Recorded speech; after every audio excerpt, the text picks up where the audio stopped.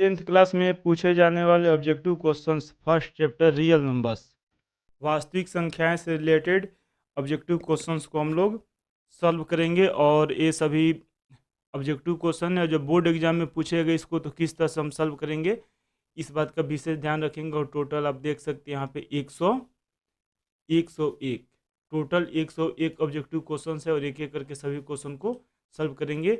और ये पहला चैप्टर वास्तविक संख्या से रिलेटेड है। तो चलिए एक एक करके स्टार्ट करते हैं।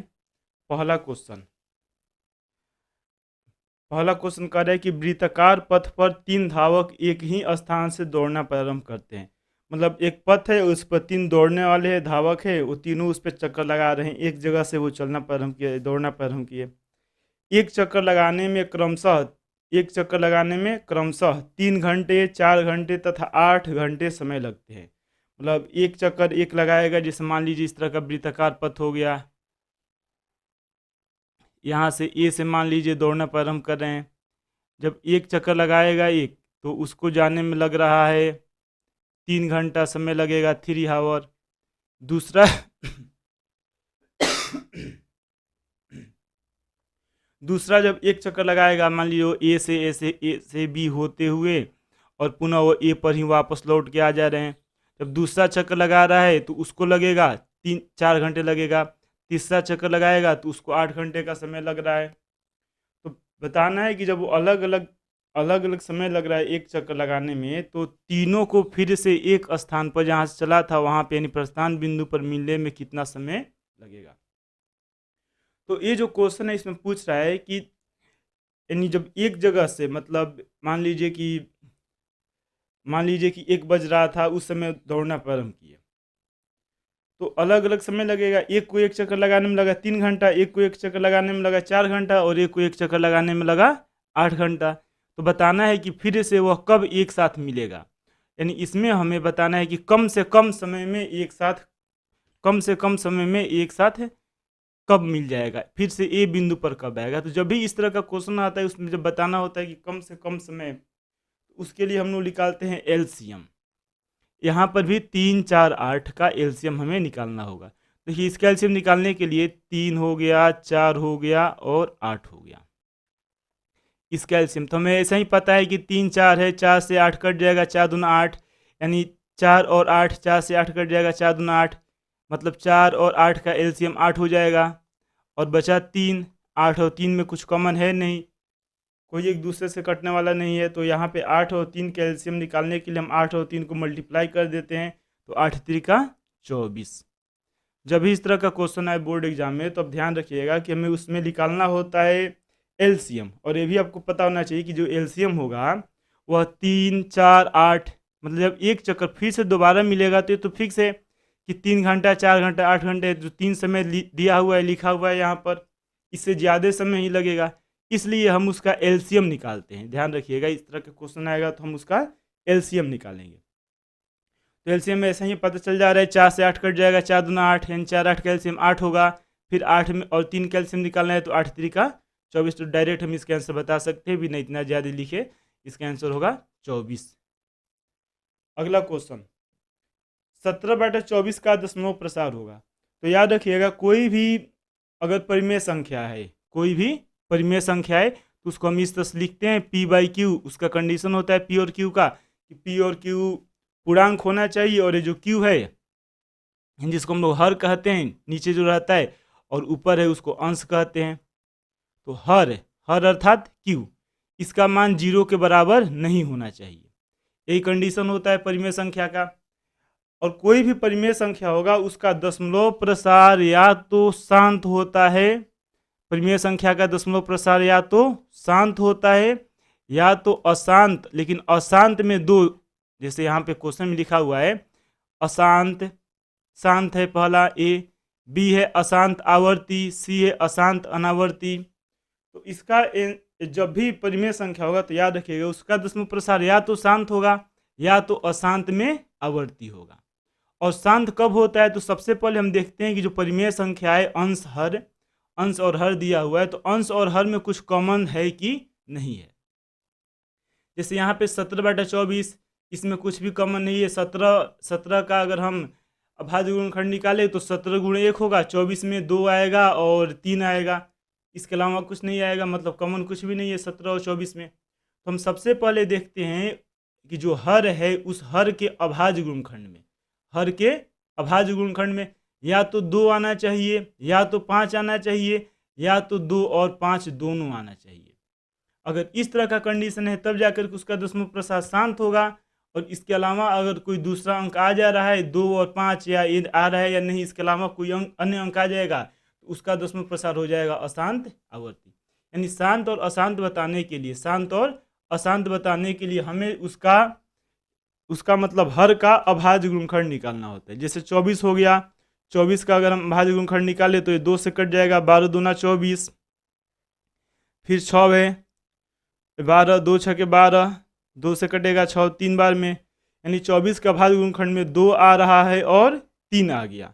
तो 3 आ जाने की वजह से इसका दशमलव प्रसार अशांत होगा, और परिमेय संख्या है तो इसका दशमलव प्रसार अशांत आवर्ती होगा। मतलब क्वेश्चन नंबर 17, क्वेश्चन नंबर 17 नहीं, क्वेश्चन नंबर दूसरा का आंसर होगा बी, अशांत आवर्ती।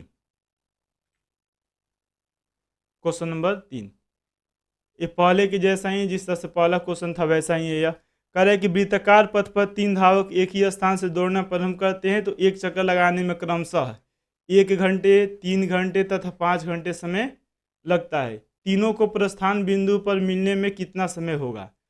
तो हमें यहाँ पर 1, 3, 5 का एलसीएम निकालना है। तो 3, 5 का एलसीएम गुणा कर देंगे, कुछ कटने वाला है नहीं, कॉमन कुछ दिखाई नहीं दे रहा है 5, 3 में। तो 5 और 3 का एलसीएम, 5 और 3 का एलसीएम 15 हो जाएगा, और फिर 15 और 1 का एलसीएम 15 ही हो जाएगा। मतलब क्वेश्चन नंबर तीसरा का आंसर होगा डी। हमें इसमें क्या करना है, 1, 3 और 5 इसका एलसीएम निकालना है। तो 1, 3, 5 का एलसीएम हो जाएगा 15, तो इसका आंसर होगा तीसरा का डी। अगला question, question number 4। Question number 4 कह रहा है कि 11/25 का दशमलव प्रसार होगा। तो यहाँ पर भी हमें अंश का मान 11 दिया हुआ है और जो हर है वो 25 है।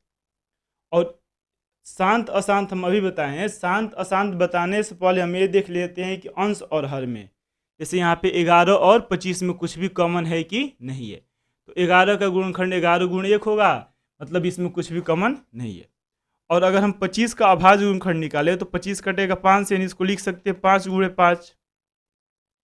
मतलब 11/25 में जो हर है उस हर के अभाज्य गुणनखंड में केवल 5 आ रहा है, केवल 5 आ रहा है। इसलिए इसका दशमलव प्रसार शांत होगा, यानी क्वेश्चन नंबर 4 का आंसर हो जाएगा ए। तो याद रखिएगा, हर का हम अभाज्य गुणनखंड निकालेंगे, उससे पहले देखेंगे कि अंश और हर में कुछ भी कॉमन है कि नहीं है। अगर हर के अभाज्य गुणनखंड में 5 आए या 2 आए या 2 और 5 आए तब जाकर के शांत होगा, और इसके अलावा कोई अन्य अंक आ जाए तब जाकर के उसका दशमलव प्रसार अशांत में क्या हो जाएगा, तो अशांत में आवर्ती हो जाता है। ठीक है, तो यही इसका नियम है। अगला क्वेश्चन नंबर 5 कह रहा है कि निम्नलिखित में कौन अपरिमेय संख्या है। हमें बताना है कि इसमें कौन अपरिमेय संख्या है, मतलब किसे p/q के रूप में नहीं लिखा जा सकता है। तो रूट 64 हम जानते हैं कि जो रूट है, ये जो ऑप्शन दिया हुआ है रूट 64/36, इसका मतलब रूट किसका है, तो रूट 64 का भी है और रूट 36 का भी है। 64 को हम लिखते हैं 8 गुणे 8 और 36 का हो जाएगा 6, 8/6 हो जा रहा है। मतलब ये जो है ये परिमेय संख्या है। रूट 81 का मतलब होता है 9 गुणे 9, यानी 9 का वर्ग 81, इसलिए रूट 81 का मान 9 आएगा। सी है रूट 49/9, तो हम जानते हैं कि 49 मतलब 7 गुणे 7, 7 हो जाएगा। 9 का होता है 3 गुणे 3, 9। मतलब ए भी परिमेय है, बी भी परिमेय है और सी भी परिमेय है। यहाँ पे जो डी है यह अपरिमेय है, क्योंकि 5 का स्क्वायर 25 होता है और 0.5 का अगर स्क्वायर किया जाएगा, मतलब हम इसको ऐसे भी लिख सकते हैं, इसको इस तरह भी लिख सकते हैं 2.5 है रूट में 2.5। इसको इस तरह लिख सकते हैं 25/10, मतलब 25 की जगह लिखेंगे 5, 25/10 यानी 25 की जगह लिखेंगे 5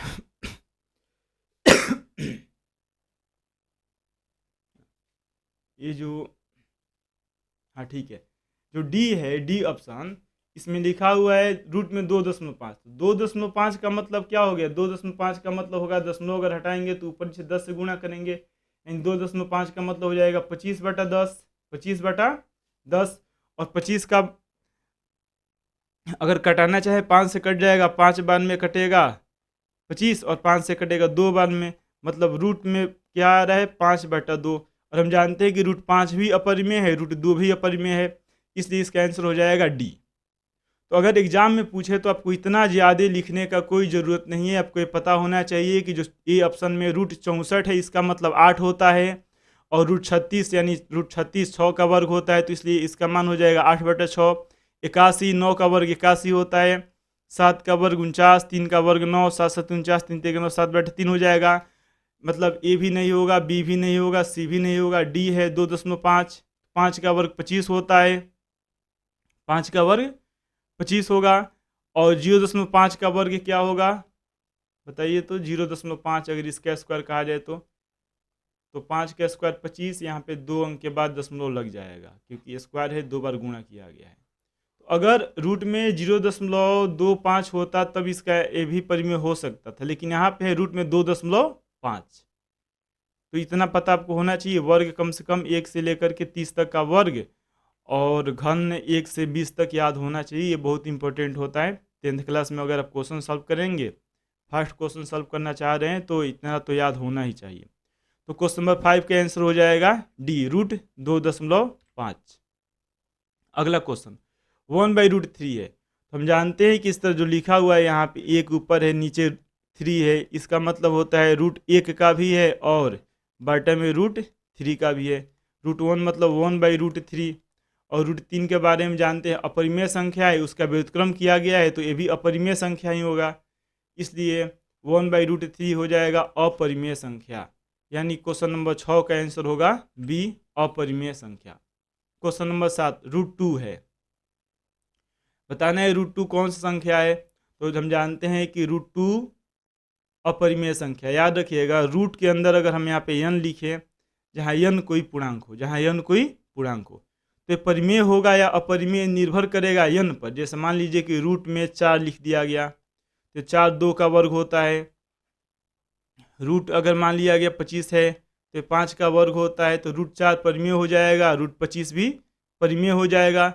लेकिन अगर इस तरह लिख दिया जाए रूट 6, तो 6 किसी का भी वर्ग नहीं होता है। रूट 7 हो गया, रूट 8 हो गया, रूट 9 हो जाएगा। रूट 9 मतलब 3 का वर्ग, 3 का स्क्वायर 9। रूट 10 हो गया, 11 हो गया, ये सब जितना यहाँ पे लिखा गया है, रूट 2 हो गया, रूट 3 हो गया, रूट 5 हो गया, है ना, रूट 3 हो गया, रूट 5 हो गया, ये जितना भी इधर हम लिखे हैं यह सब अपरिमेय संख्या है ना। तो रूट n अपरिमेय कब होगा? जब n पूर्ण वर्ग हो। जब n पूर्ण वर्ग होगा तो परिमेय होगा, और जब n पूर्ण वर्ग संख्या न होगा तो ये अपरिमेय होगा। इसलिए रूट 2 अपरिमेय संख्या है। याद रखिएगा, परिमेय और अपरिमेय को कैसे पहचान जाता है, इससे रिलेटेड एक वीडियो इस चैनल पे अपलोड किया गया है। अब जाके उसको देख सकते हैं। इसमें बहुत बढ़िया तरीके से बताया गया है परिमेय अपरिमेय को किस तरह से पहचानेंगे, अलग अलग रूप में अगर लिखा रहेगा तो उसको हम किस तरह से सॉल्व करते हैं। चलिए अगला question, question number 8। Question number 8 कह रहा है कि दो परिमेय संख्याओं के बीच अधिकतम कितनी परिमेय संख्या हो सकती है। मतलब दो संख्या है, वो भी परिमेय संख्या यहाँ पे दिया हुआ है, और उसके बीच बताना है कि कितना अधिकतम परिमेय संख्या हो सकता है। तो जो संख्या रेखा होता है, याद रखिएगा, संख्या रेखा पर हर एक संख्या, जैसे मान लीजिए संख्या रेखा हो गया, इधर हम लोग प्लस लिखते हैं और इधर माइनस में लिखते हैं, बीच में ओ मतलब 0 0 है, या इस पर जितना भी अंक होता है, जितना भी हम संख्या लिखते हैं, वह एक वास्तविक संख्या को बताता है। किसे बताएगा? वास्तविक संख्या। वास्तविक संख्या मतलब परिमेय भी हो सकता है और अपरिमेय भी हो सकता है। वास्तविक संख्या यानी परिमेय भी हो सकता है और अपरिमेय। तो इसलिए अगर कोई भी दो परिमेय माने अपरिमेय माने, तो उसके बीच अनंत अनंत बिंदु होगा। कोई भी यहाँ पे मान लिया गया कि यहाँ पे एक है, यहाँ पे मान लिया गया 1.5 है, तो इसके बीच 1 और 1.5 के बीच कितना बिंदु होगा? अनंत, क्योंकि बिंदु का लंबाई होता ही नहीं है, चौड़ाई होता ही नहीं है, तो अनंत होगा उसमें। और हर एक बिंदु अल्टरनेट एक एक करके वैसा मानते हैं, लेकिन किसी तरह मान सकते हैं। हर एक बिंदु एक संख्या को निरूपित कर रहा है, उसमें परिमेय भी है, अपरिमेय भी है। तो इसलिए दो परिमेय संख्या कहा जाए या दो अपरिमेय संख्या कहा जाए, दो भाज्य अभाज्य कोई भी संख्या हो, उसके बीच अधिकतम कितनी परिमेय या अपरिमेय या वास्तविक, यही बस तीन का याद रखिएगा, बाकी कोई नहीं हो पाएगा। परिमेय या अपरिमेय या वास्तविक संख्या होता है तो अनंत बिंदु होता है, और हम कह सकते हैं कि कितना होगा? अनंत संख्या होगा। अगर वही कह देता पूर्णांक कितना होता है, मान लीजिए कि 1 हो गया, 2 हो गया, हमें कहे कि 1 और 2 के बीच कितने पूर्णांक है, तो 1 और 2 के बीच कोई भी पूर्णांक नहीं आता है, 1 और 2 के बीच कोई भी पूर्णांक नहीं आता है। इसलिए इसका आंसर होता है कि एक भी संख्या नहीं हो पाएगा, एक भी पूर्णांक संख्या नहीं हो पाएगा।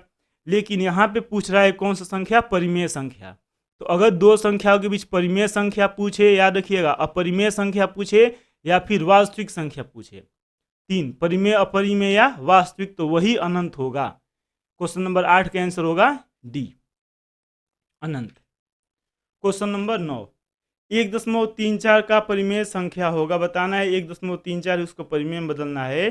तो यहाँ पे 1 है 0.34, इसको हम इस तरह लिख सकते हैं 134/100।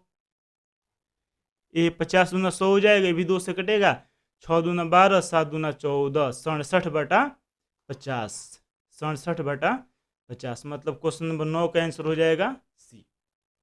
क्वेश्चन नंबर 10, क्या सभी वास्तविक संख्या एक परिमेय संख्या है? तो हम जानते हैं कि जो वास्तविक संख्या होता है, कौन सा संख्या? वास्तविक संख्या। वास्तविक संख्या में परिमेय भी आता है और अपरिमेय भी आता है, दोनों रहता है।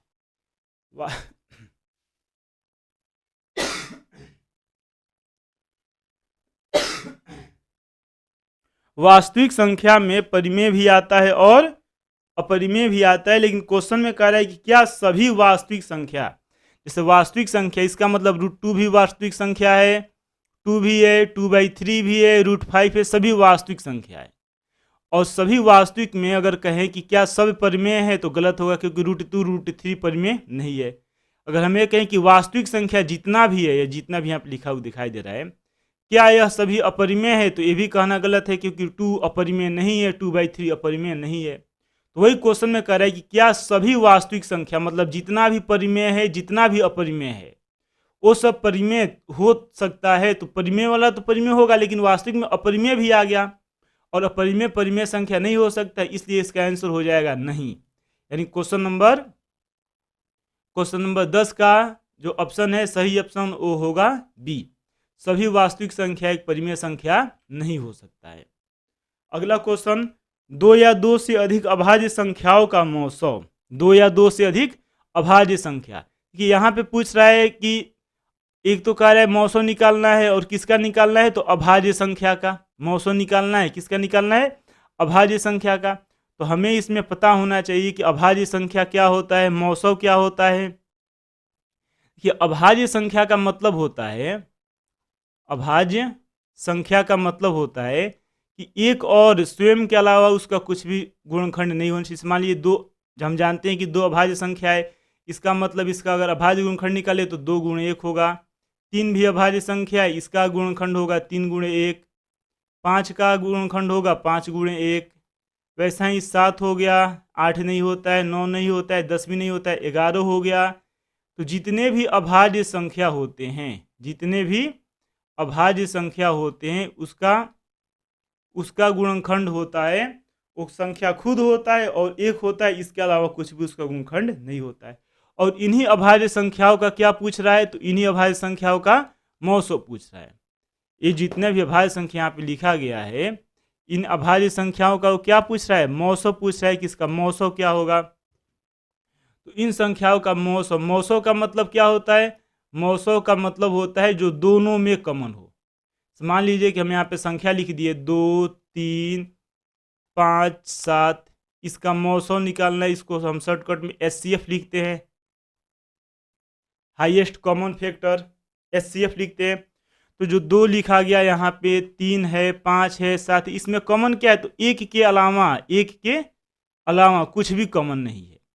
तो कोई भी अभाज्य संख्या हो, कोई भी मतलब या तो 2 हो या तो 2 से अधिक हो, उसमें कॉमन क्या होगा गुणनखंड में उसके? तो उसके गुणनखंड में कॉमन 1 के अलावा कोई भी दूसरा संख्या नहीं हो सकता है। 1 के अलावा कोई भी दूसरा संख्या होगा ही नहीं, क्योंकि अभाज्य का वही मतलब ही होता है। तो इसलिए 2 या 2 से अधिक अभाज्य संख्या हो और उसका जब मौसो निकालेंगे तो उसका मौसो हमेशा 1 आएगा।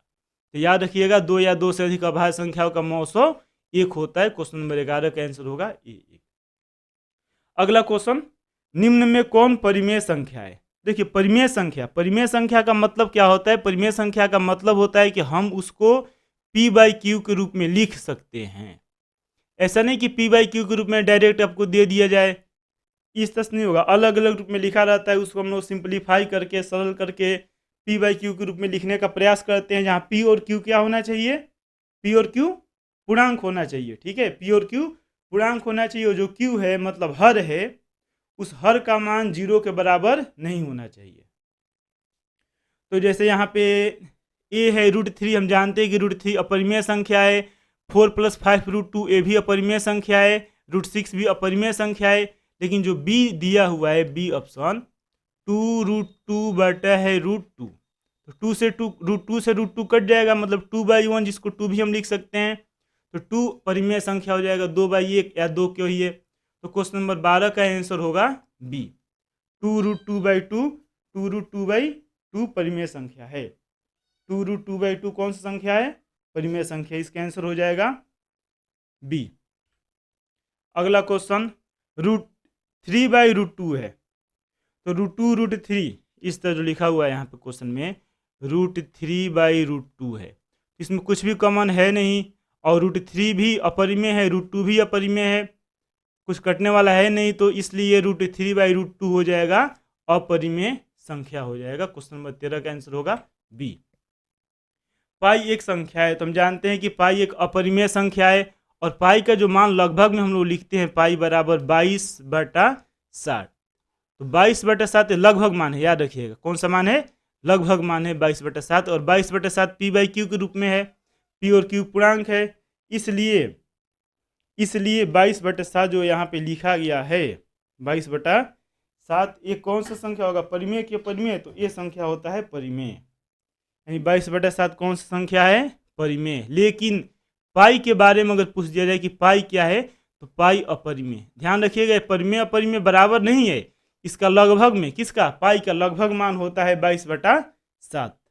तो पाई एक संख्या है। पाई कौन सी संख्या है? याद रखिएगा, अपरिमेय संख्या है। निम्न में कौन, अगला क्वेश्चन, निम्न में कौन अपरिमेय संख्या नहीं है? क्वेश्चन देखिए क्या कह रहे हैं। जब भी क्वेश्चन बोर्ड एग्जाम में पूछेगा तो उसको सबसे पहले ध्यान से पढ़ना है, दिमाग शांत करके अच्छा से पढ़ना है, तब जा करके हम उसका सही आंसर बता सकते हैं। जैसे यहाँ पे लिख रहा है कि निम्न में कौन अपरिमेय संख्या नहीं है? अपरिमेय संख्या नहीं है, इसका मतलब क्या होता है? अपरिमेय नहीं है,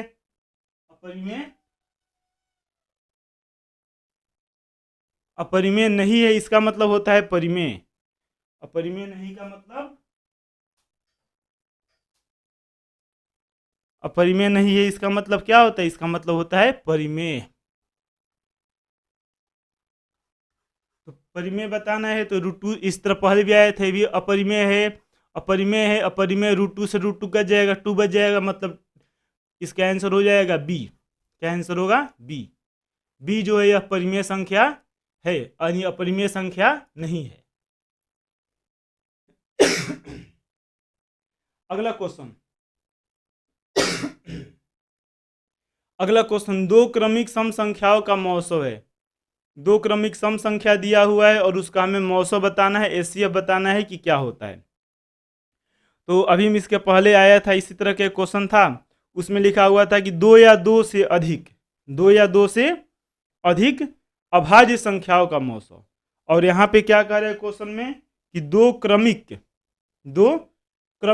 मतलब क्रम से आने वाला सम संख्याओं का मौसो। देखिए याद रखिएगा, अगर दो क्रमिक सम संख्या का आ जाए तो इसका मौसो होगा 2। क्रमिक का मतलब क्या है, जैसे मान लीजिए कि सबसे पहला संख्या मान ले 2 है सम, 2 के बाद 3 नहीं 4 आएगा। इसका अगर गुणनखंड निकाला जाते होगा 2 गुणे 1, इसका गुणनखंड 2 गुणे 2, दोनों में कॉमन क्या होगा 2 हो जाएगा। उसी तरह से अगर कोई भी संख्या मान लिया गया कि अगर सम है तो उसको हम ऐसे मानते हैं 2m है 2m है, और अगला इसका संख्या क्या आएगा तो वो होगा 2m प्लस 2। अगर एक संख्या 2m है सम, तो जो क्रमिक होगा, क्रमिक मतलब उसके जस्ट बाद वाला संख्या, वो होगा 2m प्लस 2। और इसी 2m प्लस 2 को हम लिख सकते हैं, अगर 2 कॉमन लेंगे तो बचेगा m प्लस 1। 2 अगर हम कॉमन ले लेंगे तो क्या बचेगा m प्लस 1।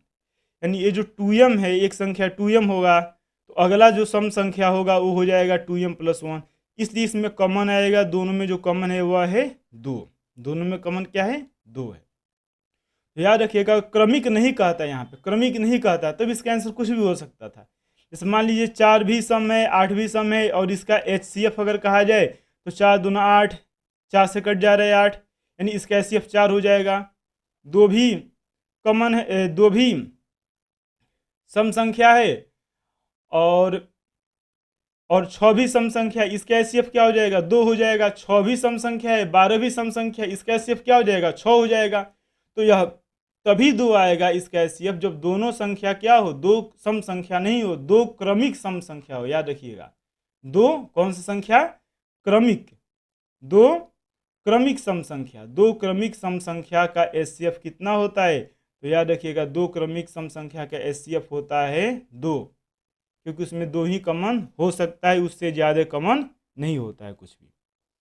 अगला क्वेश्चन है 2.13 बताना है कि ये कौन सा संख्या है, बताना है कि यह कौन सा संख्या है, परिमेय है कि अपरिमेय है। तो याद रखिएगा जो अपरिमेय संख्या होता है ना, उसको हम 3 तरीका से लिखते हैं। अपरिमेय है, ठीक है, अपरिमेय संख्या।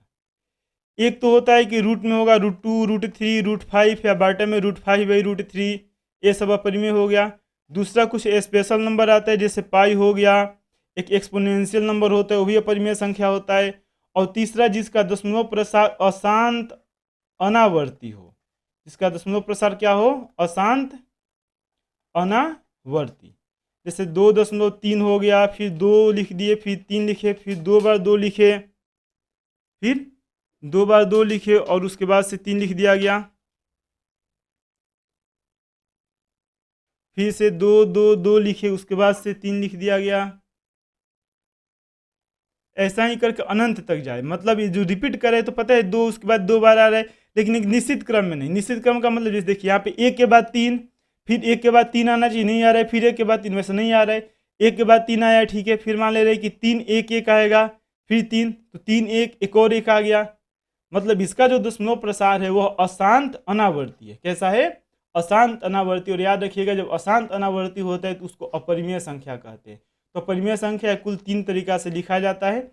और परिमेय अपरिमेय किस तरह से पहचानेंगे, कुल कितने तरह से हम पहचान सकते हैं, क्वेश्चन एग्जाम में आते हैं, उससे रिलेटेड एक वीडियो इस चैनल पर अपलोड किया गया है, उसे जा करके देख सकते हैं। उसमें बहुत ही डिटेल में समझाया गया है परिमेय क्या होता है, अपरिमेय क्या होता है, कैसे उसको पहचानेंगे। अगला क्वेश्चन नंबर 18। क्वेश्चन नंबर 18 कह रहा है कि सह अभाज्य संख्याओं का मौसौ होता है। देखिए सह अभाज्य का मतलब ही होता है कि जिन दो संख्याओं का HCF 1 हो। इसका डिफिनीशन ही है, इसको याद रखिएगा कि जिन दो संख्याओं का HCF 1 होता है उसको सह अभाज्य कहते हैं। जैसे 2 हो गया, 3 हो गया, सह अभाज्य संख्याएं है ना, 10 हो गया, 11 हो गया, ये भी सह अभाज्य संख्याएं। ठीक है, तो जिन दो संख्याओं का HCF 1 होगा उसको सह अभाज्य कहेंगे। इसका मतलब ये नहीं कि अभाज्य संख्या होना चाहिए, नहीं, कोई भी दो संख्या हो उसका HCF 1 हो तो सह अभाज्य कहलाएगा।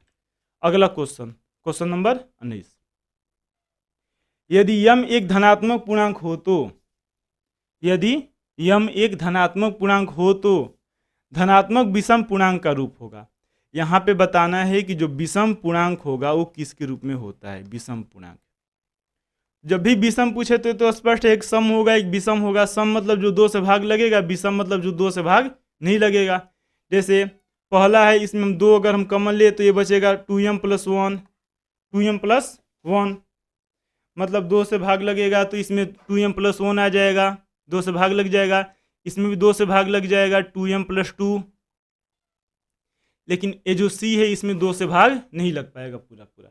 यानी अगर लास्ट में जब भी ऐसा लिखा हो, यहाँ पे पढ़े ना a बराबर बी क्यू प्लस आर, अगर b कोई सम संख्या दिया हो, b कोई सम संख्या दिया हो और r भी सम हो तो सम होगा, और r विषम, विषम मतलब इस मान लीजिए 1 हो गया, 2 नहीं 3 हो गया, 4 नहीं 5 हो गया, 6 नहीं 7, ऐसा करके कुछ दिया हो, है ना, b से कम ही होना चाहिए, b से कम ही होना चाहिए, तब जा करके होगा विषम संख्या होगा। ठीक है, तो विषम पूर्णांक यहाँ पे कौन हो जाएगा, 4m+1। विषम पूर्णांक कौन होगा यहाँ पे, 4m+1 हो जाएगा, सी। अगला क्वेश्चन, निम्नलिखित में कौन अपरिमेय संख्या नहीं है। बताना है कि इसमें कौन अपरिमेय संख्या नहीं है। अपरिमेय नहीं है मतलब अभी हम बताएं, अपरिमेय नहीं है यानी परिमेय है। तो हम जानते हैं कि पाई अपरिमेय संख्या है, √2/√3 है ना, अंश और हर में √2 √3 अपरिमेय है, √7 भी अपरिमेय है। अब इसी को हम देख रहे हैं सॉल्व करके, 3 क्या लिखा हुआ है यहाँ पे, 3√75/√48, 75/48। तो हम देख रहे हैं यहाँ पे 75 48 3 से कटने वाला है, तो रूट में है तो 3 से वैसे डायरेक्ट कटा देंगे, 3 एके में 3 18 बचेगा, तो 6 3 18, 6 16 हो जाएगा, ये 3 दूना 6, 1 5 15, 3 5 15, 25 बटा यानी हो जाएगा √25/√16।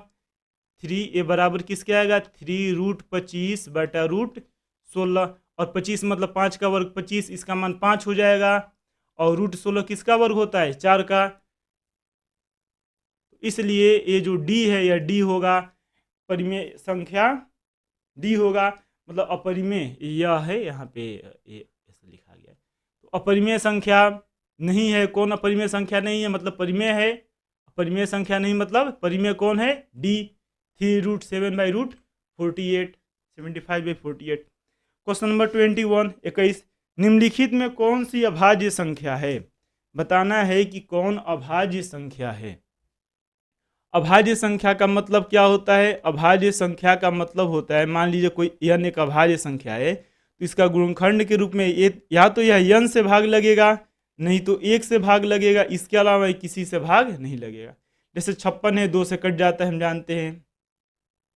27 9 30, 27 9 से कट जाएगा, 5 से कट जाएगा, लास्ट में 5 है तो। लेकिन 13 है, यह 13 से भाग लगेगा 13 में, नहीं तो 1 से, इसके अलावा कोई भी संख्या 13 को भाग 13 से, यानी किसी भी संख्या से 13 में भाग नहीं दे सकते हैं। इसलिए क्वेश्चन नंबर जो 21 है इसका आंसर हो जाएगा बी। और ये भी याद रखिएगा, 1 से 100 के बीच कुल 25 अभाज्य संख्या होते हैं, है ना। 1 से 100 के बीच कितने अभाज्य संख्या होते हैं, तो याद रखिएगा 1 से 100 के बीच टोटल 25 अभाज्य संख्या होते हैं।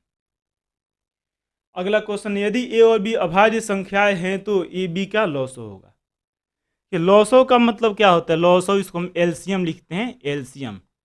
इसका मतलब है कि जो दोनों में कॉमन है उसको भी लिखेंगे, जिसका पावर ज्यादा है उसको भी लिखेंगे। लेकिन यहाँ पे कह रहा है कि अभाज्य संख्या है, जैसे मान लीजिए कि 3 हो गया, 5 हो गया, इसका एलसीएम निकालना है तो इसमें कुछ भी कॉमन है नहीं तो गुणा कर देते हैं। उसी तरह से जब अभाज्य संख्या होगा उसका एलसीएम पूछा जाएगा। अभाज्य संख्या का क्या पूछा जाएगा, एलसीएम पूछा जाएगा। तो उसके एलसीएम के लिए हम क्या करेंगे, उसको आपस में मल्टीप्लाई कर देते हैं। यानी ए बी का एलसीएम क्या हो जाएगा, तो ए बी का एलसीएम हो जाएगा ए इंटू बी। कब, जब ए और बी अभाज्य संख्या है तो इसका एलसीएम हो जाएगा ए बी। लेकिन अगर एचसीएफ कर देता अभाज्य संख्या का, तो अभाज्य संख्या का एचसीएफ क्या हो जाता है, इसके पहले वाले क्वेश्चन में आया था कि 2 या 2 से अधिक अभाज्य संख्याओं का एचसीएफ 1 होगा, क्योंकि 1 के अलावा इसमें दूसरा कोई भी कॉमन नहीं है। अगला क्वेश्चन, क्वेश्चन नंबर 23, 144 के अभाज्य गुणनखंड में, किसके, 144 के अभाज्य गुणनखंड में 2 का अधिकतम घात। देखिए जब भी पूछे ना, जिसका अधिकतम घात पूछे उसी से हमें भाग देते चलना है। जैसे मान लीजिए कि लास्ट में बच रहा है, मतलब कोई अंक है, जैसे मान लीजिए 2 7 है, तो हमें पता है कि लास्ट में 7 है, 3 से 2 से भाग लगेगा नहीं। जैसे यहाँ पे 144, तो इसको हमें केवल 2 से भाग देते जाना है, क्योंकि 2 का ही गुणनखंड पूछा हुआ है। अभाज्य गुणनखंड किसका पूछा हुआ है? 2 का पूछ रहा है। अभाज्य गुणनखंड 2 का पूछ रहा है, इसलिए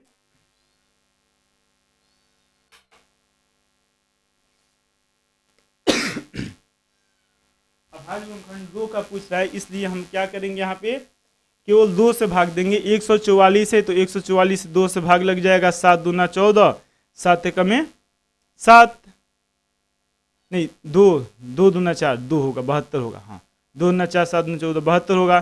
फिर ये 2 से भाग लगेगा, 3 दूना 6, 6 दूना 12, फिर ये 2 से भाग लगेगा, 2 एक में 2, 8 दूना 16, 18 दूना 36, 9 दूना 18, मतलब इसमें 2 कितने बार आया? 4 बार आया। इसलिए 2 का अधिकतम घात, एक मिनट देख ले, यहाँ पे तो 4 ऑप्शन में है नहीं, है ना। 2 दूना 4, 7 दूना 14, 6 दूना 12, 2 3 दूना 6, 1 7, 18 दूना 36, 9 दूना 18। हाँ, 2 का अधिकतम घात कितना होगा? तो 2 का अधिकतम घात होगा 4, यानी इसका आंसर हो जाएगा इनमें से कोई नहीं। इसका आंसर क्या होगा? इनमें से कोई नहीं। अगला क्वेश्चन, क्वेश्चन नंबर 24।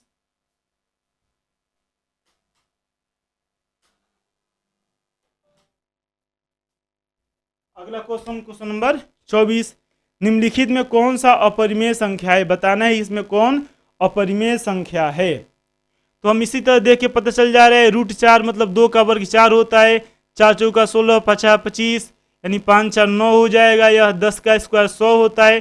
√17, 17 पूर्ण वर्ग संख्या नहीं है। √17 इसका मान दशमलव में निशांत प्रसार होगा नहीं, है अशांत अनावर्ती होगा। √17 ये अपरिमेय संख्या हो जाएगा। क्वेश्चन नंबर 24 का आंसर होगा ए, √17। क्वेश्चन नंबर 25, निम्नलिखित में कौन सा अभाज्य संख्या, यहाँ पे दिया हुआ है, बताना इसमें कौन अभाज्य संख्या है ना। तो हम जानते हैं कि 213, जैसे पहला हो गया 213, तो 2 1 3, 3 2 5, 501, 91, 41।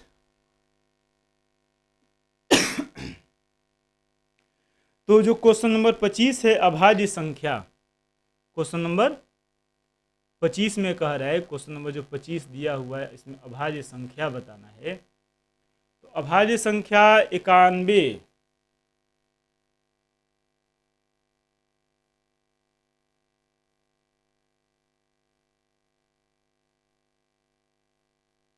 तेरह सते 91 तो कट जाएगा, लेकिन 41 41 किसी से भी नहीं कटता है ना। इसका आंसर हो जाएगा, क्वेश्चन नंबर 25 का आंसर होगा सी, 41, यही इसका आंसर हो जाएगा।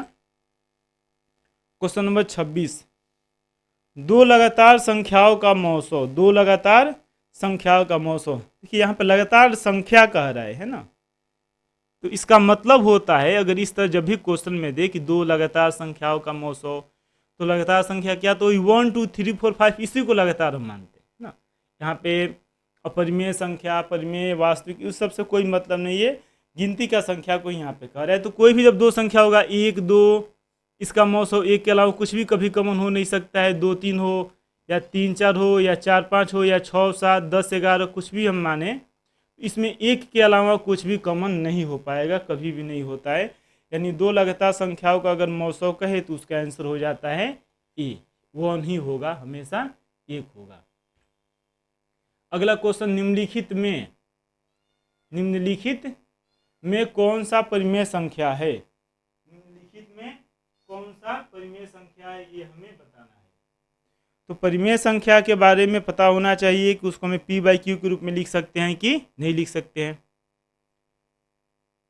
तो 1 कट जाएगा, 0 से 0, 5 से 5 कट जाएगा, 0 से 0 कट जाएगा, 5 से 5 कट जाएगा, बचेगा क्या, 1/10, रूट में 10 है, अपरिमेय है। 16 दूना 32, 4 चौका 16, 4 √2 अपरिमेय है, √5 से जोड़ा गया है, अपरिमेय है।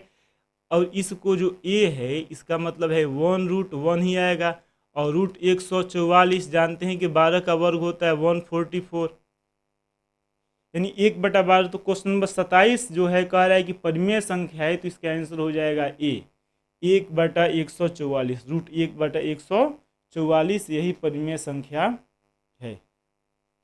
अगला क्वेश्चन नंबर 28। किसी पूर्णांक p के लिए प्रत्येक सम पूर्णांक का रूप होता है। तो अगर कोई भी पूर्णांक p है उसको सम में लिखना होगा तो हम 2p लिखेंगे, और विषम अगर कहा जाए तो 2p + 1 होगा, क्योंकि 2 से भाग लग जाएगा, 2 से भाग नहीं लगेगा। तो ये होता है विषम पूर्णांक और ये होता है सम। तो सम पूर्णांक का रूप क्या होगा उसका, इसका आंसर हो जाएगा 2p। क्वेश्चन नंबर 28 का आंसर हो जाएगा डी। Question number 29। निम्नलिखित में किसका दशमलव प्रसाद शांत है। यहाँ पे जो दिया हुआ है ऑप्शन में जितना भी दिया है, बताना इसमें कि किसका दशमलव प्रसाद शांत नहीं है ना। शांत नहीं मतलब क्या बताना है, किसका दशमलव प्रसाद अशांत है। अशांत इसका मतलब क्या है, इसका मतलब यही है कि जो हर होगा उसके अभाज्य गुणनखंड में 2, 5 तो रहेगा ही, इसके अलावा कोई अन्य संख्या होना चाहिए। जैसे 625 है ना, डी ऑप्शन का हम बात करें, 625 लिखा हुआ है, डी में लास्ट में क्या लिखा है 625। इसका मतलब क्या होता है 25 × 25 यानी 25 5 125 5 625, 1600 है। 16 का क्या होगा 2 दूना 4 दूना 8 दूना 16 और 50 दूना 100, मतलब इसमें भी 2 और 5 ही आएगा। 5 × 5 25 और 25 दूना 50, 25 दूना 50, यानी इसमें भी 5 आ रहा है और 2 आ रहा है ना। इसमें 2 दूना 4 दूना 8 दूना 16 और 2 5 10, 2 5 हो जाएगा। ठीक है, यानी इसका आंसर होगा शांत नहीं होगा तो इसका आंसर हो जाएगा बी 89/243। इसका दशमलव प्रसाद शांत नहीं होगा। 30 नंबर। एक अशून्य परिमेय और अपरिमेय संख्या का गुणनफल। देखिए यहाँ पे परिमेय कौन सा है, 0 नहीं है, अशून्य 0 नहीं है। मान लीजिए 2 हो गया और परिमेय संख्या मान लिया गया अपरिमेय √5 हो गया, तो ये क्या है, यह हमेशा अपरिमेय ही होता है। याद रखिएगा, एक परिमेय कंडीशन क्या है, परिमेय 0 नहीं होना चाहिए, क्योंकि 0 में हम किसी भी अपरिमेय संख्या से गुणा करें, मान लीजिए अपरिमेय संख्या है, जब 0 में गुणा करेंगे तो 0 में किसी से गुणा करते तो उसको 0 बना देता है, जो कि परिमेय संख्या हो जाएगा। तो केवल एक 0 वाला कंडीशन को छोड़ करके, केवल एक 0 वाला जो स्थिति यहाँ पे उसको छोड़ करके बाकी जो भी होता है वह अपरिमेय होगा, है ना। तो क्वेश्चन नंबर 30 में कह रहा है कि एक अशून्य परिमेय तथा और अपरिमेय संख्या का गुणनफल, तो इसका आंसर हो जाएगा बी, हमेशा अपरिमेय होता है। हमेशा क्या होता है, हमेशा अपरिमेय होता है। अगला क्वेश्चन नंबर 30। 45 और 60 का मौसम बताना है। किसका मौसम बताना है, 45 और 60 का। तो हमें पता होना चाहिए कि 45 से 60 मौसम क्या होता है। मौसम यानी HCF, जिसको हम लोग शॉर्टकट में कहते हैं। मौसम का मतलब होता है जो दोनों में कॉमन हो, यानी 45 हो गया, इसका अभाज्य गुणनखंड निकाल लेंगे, और 60 है, इसका अभाज्य गुणनखंड निकालेंगे। तो 5 4 9 3 से कट ही जाएगा, 3 के में 3, 3 5 15, 15 3 45 है ना, 5 3 15, मतलब 45 के अभाज्य गुणनखंड में 2 3 आ रहा है, 1 5 आ रहा है। 60 के अभाज्य गुणनखंड 30 दूना 60, 15 दूना 30, 3 5 15। 60 के अभाज्य गुणनखंड में 2 आ रहा है 2 बार, एक 3 है और एक 5 है। इसमें भी एक 3 है और एक 5 है। तो जो कॉमन है, जो दोनों में है, वह 3 और 5 है। जैसे इसमें का एक 3, इसमें का एक 3 कॉमन है, इसमें का एक 5, इसमें का एक 5। इसके अलावा कुछ भी इसके अभाज्य गुणनखंड में कॉमन नहीं है, इसलिए इसका जो मौसम होगा वो क्या होगा, 3 × 5, मतलब 5 3 15 हो जाएगा। अब देखिए 15 है मौसम, इसका मतलब क्या है, 15 से 60 में भी भाग लगेगा और 15 से 45 में भाग लगेगा। 15 3 45 है ना, 15 3 45 और 15 चौका 60। लेकिन 15 से बड़ा दूसरा कोई संख्या नहीं हो सकता है जो 45 से भी पूरा 45 को भी काट दे और 60 को भी काट दे। यही मौसम का मतलब होता है। चलिए अगला क्वेश्चन नंबर 31। क्वेश्चन नंबर 31 है 0.777 है ना, इसका बताना है कि भिन्न के रूप में क्या होगा।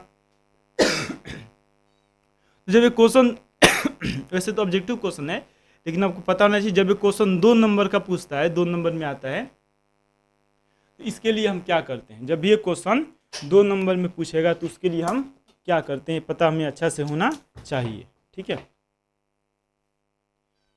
तो सबसे पहले जो भी अंक दिया होता है उसको हम यक्स मान लेते हैं। जैसे यहाँ पर ये जो दिया हुआ है हम मान लेंगे कि यक्स बराबर 0.777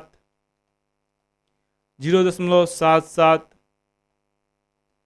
ना, ये कहाँ तक जाएगा तो अनंत तक जाएगा। दोनों तरफ अगर एक अंक रिपीट होता है तो 10 से गुणा करेंगे, जैसे इसमें 10 से गुणा करेंगे तो 10x हो जाएगा, 10 से गुणा करेंगे तो 10x हो जाएगा, और बराबर क्या लिखेंगे, बराबर लिखेंगे 7.777।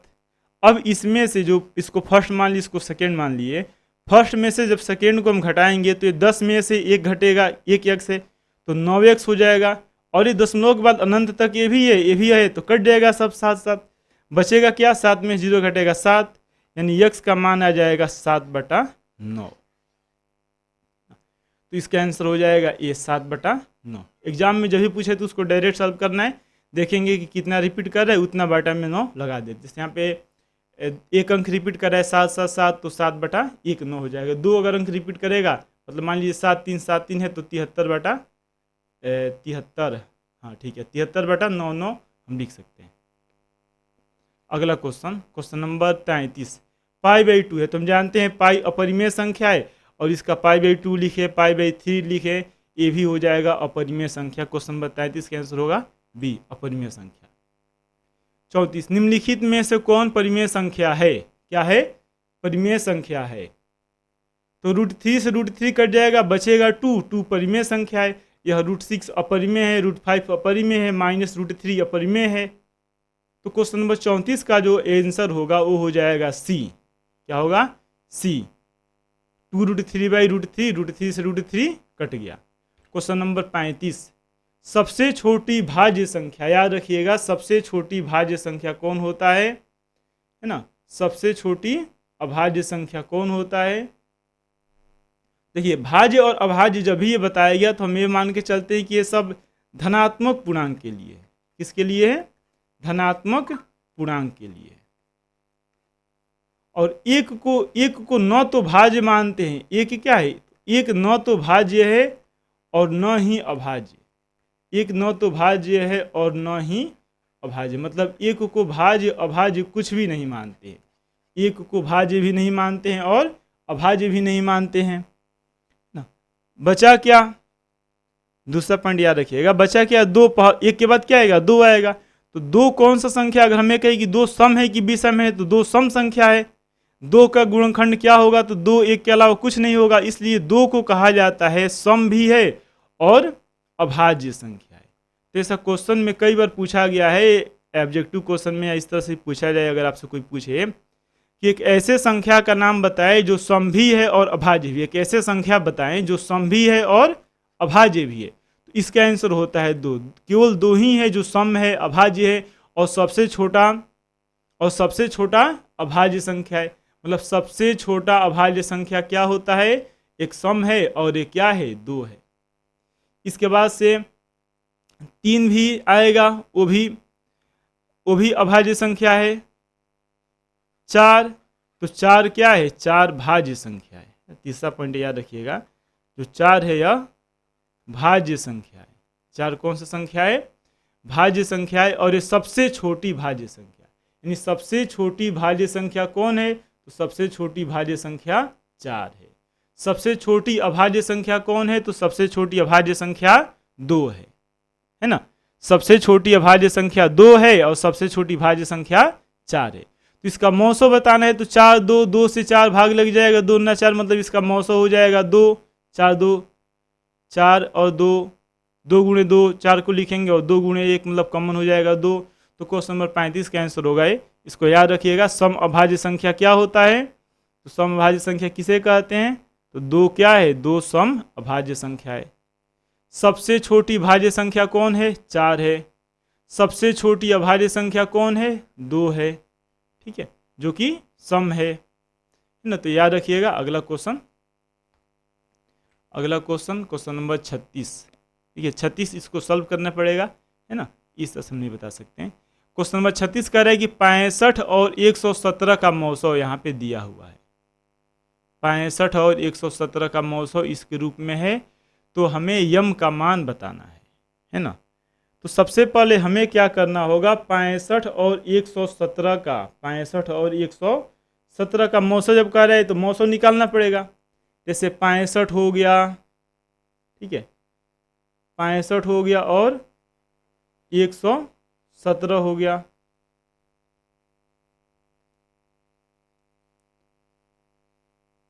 पैंसठ हो गया और तो 65 को हम क्या लिखेंगे, 65 ही लिखेंगे, ठीक है। और 117, ये बताइए 65 का दोगुना किया जाएगा तो 6 दूना 12, 120 से ज़्यादा आ जाएगा, इसलिए इसको एक बार में ही कैंसिल करेंगे। 65 का में 65, 7 में 5 घटेगा 2 हो जाएगा ना, 11 में 6 घटेगा तो 6 4 10 5 52 हो जाएगा, ठीक है। फिर यहाँ पे जो ऊपर रहता है 65 उसको यहाँ पे लिखेंगे तो 52 का में 52, 3 हो जाएगा, 3 2 5 1 6 13 होगा, 13 चौका 52।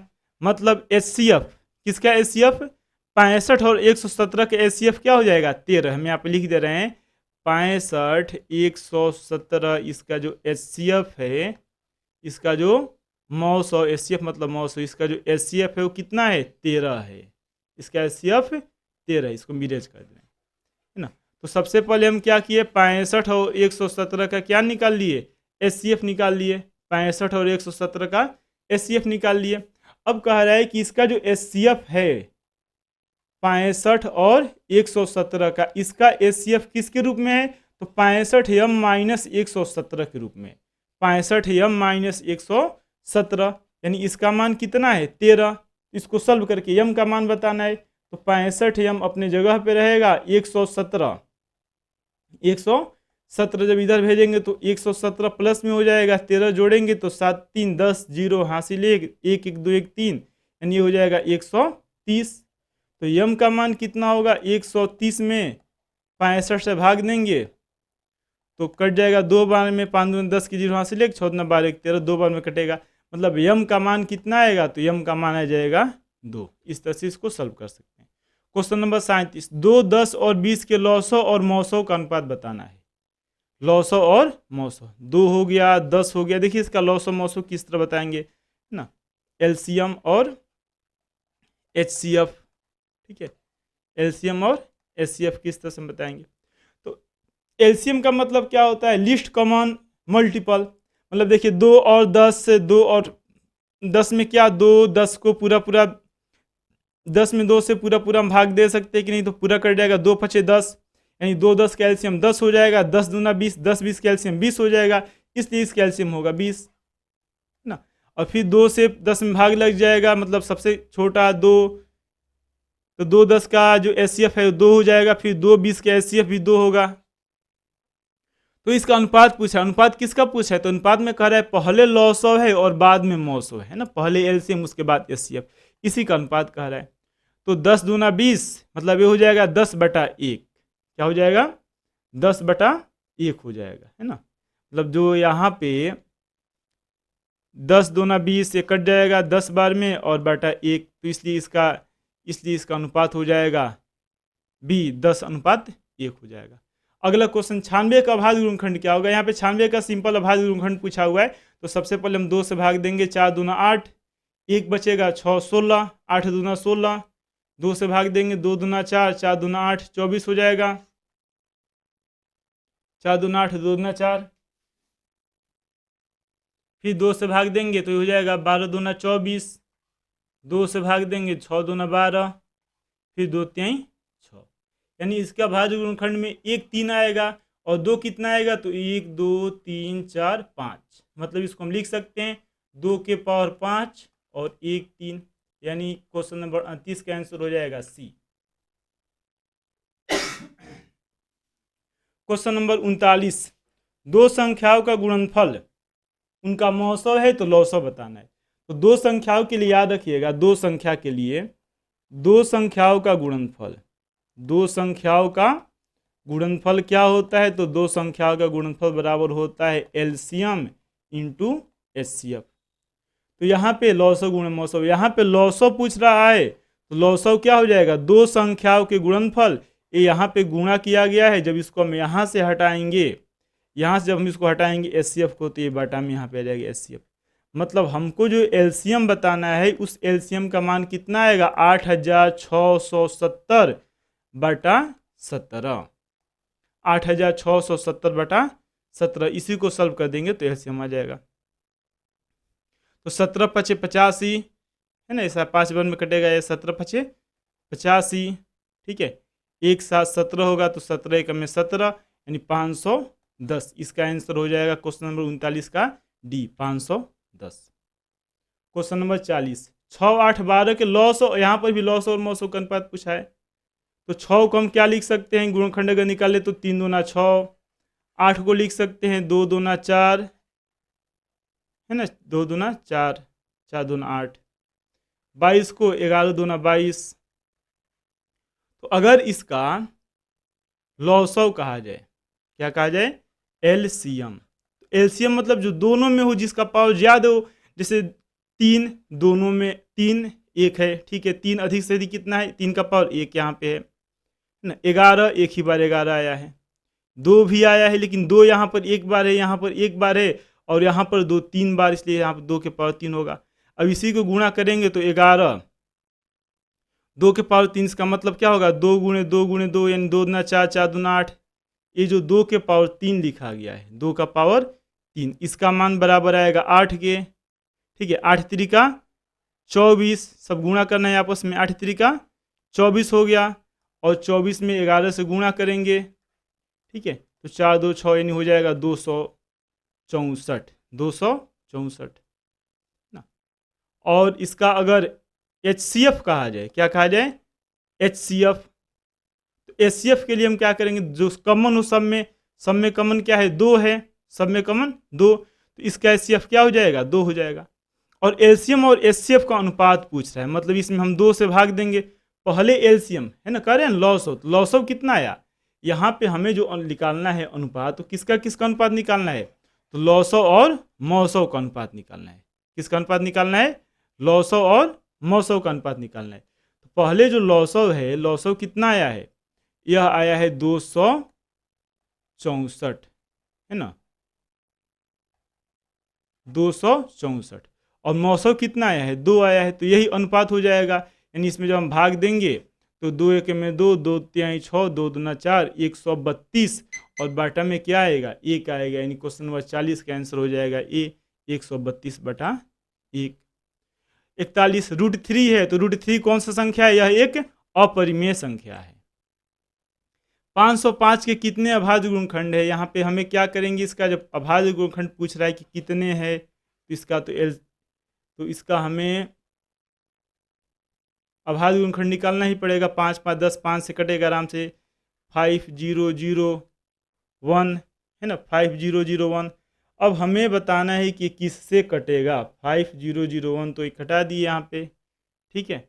अब ये किससे कटेगा, तो 11 9 99 1 ना, फिर यहाँ पे यानी 11 से देखिए भाग लग रहा है कि नहीं लग रहा है, इससे 11 से है ना। तो तो 11 9 11 से अगर हम भाग दें इसमें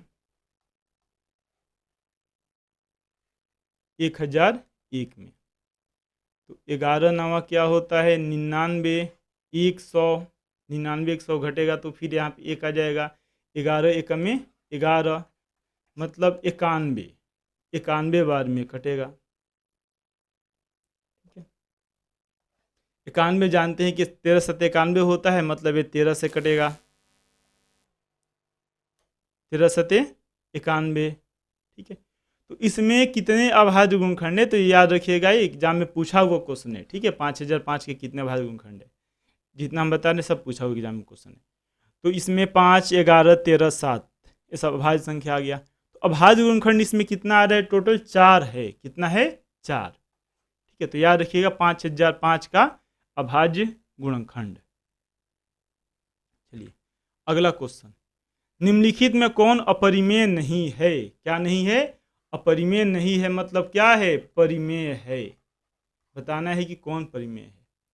तो 10 दहिया 100, 10 दहिया 100 का मतलब 10 है, रूट 10 है, तो ये तो किसी का वर्ग है नहीं, अपरिमेय है।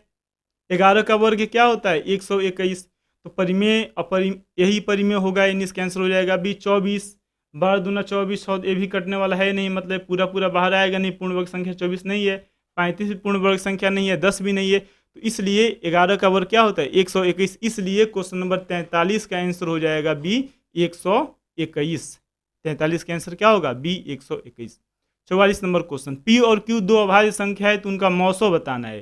पी और क्यू क्या है? अभाज्य संख्या है। और ऐसा पहले भी क्वेश्चन आया था कि अगर कोई भी अभाज्य संख्या हो उसका एचसीएफ बताना हो। इसका एचसीएफ बताना हो। किसका? अभाज्य संख्या एक से ज्यादा हो, ठीक है, अभाज्य संख्याएं। तो याद रखिएगा, ये दो या दो से अधिक अभाज्य संख्या, उसका एचसीएफ हमेशा एक आएगा। पी और क्यू अभाज्य संख्या है तो हम बताए ही थे शुरू में, है ना। पी और क्यू अभाज्य है, मतलब एक के अलावा इसमें दूसरा कोई कॉमन होगा नहीं, इसलिए इसका मौसो हमेशा एक आएगा। लौसो क्या आएगा? पी क्यू आएगा।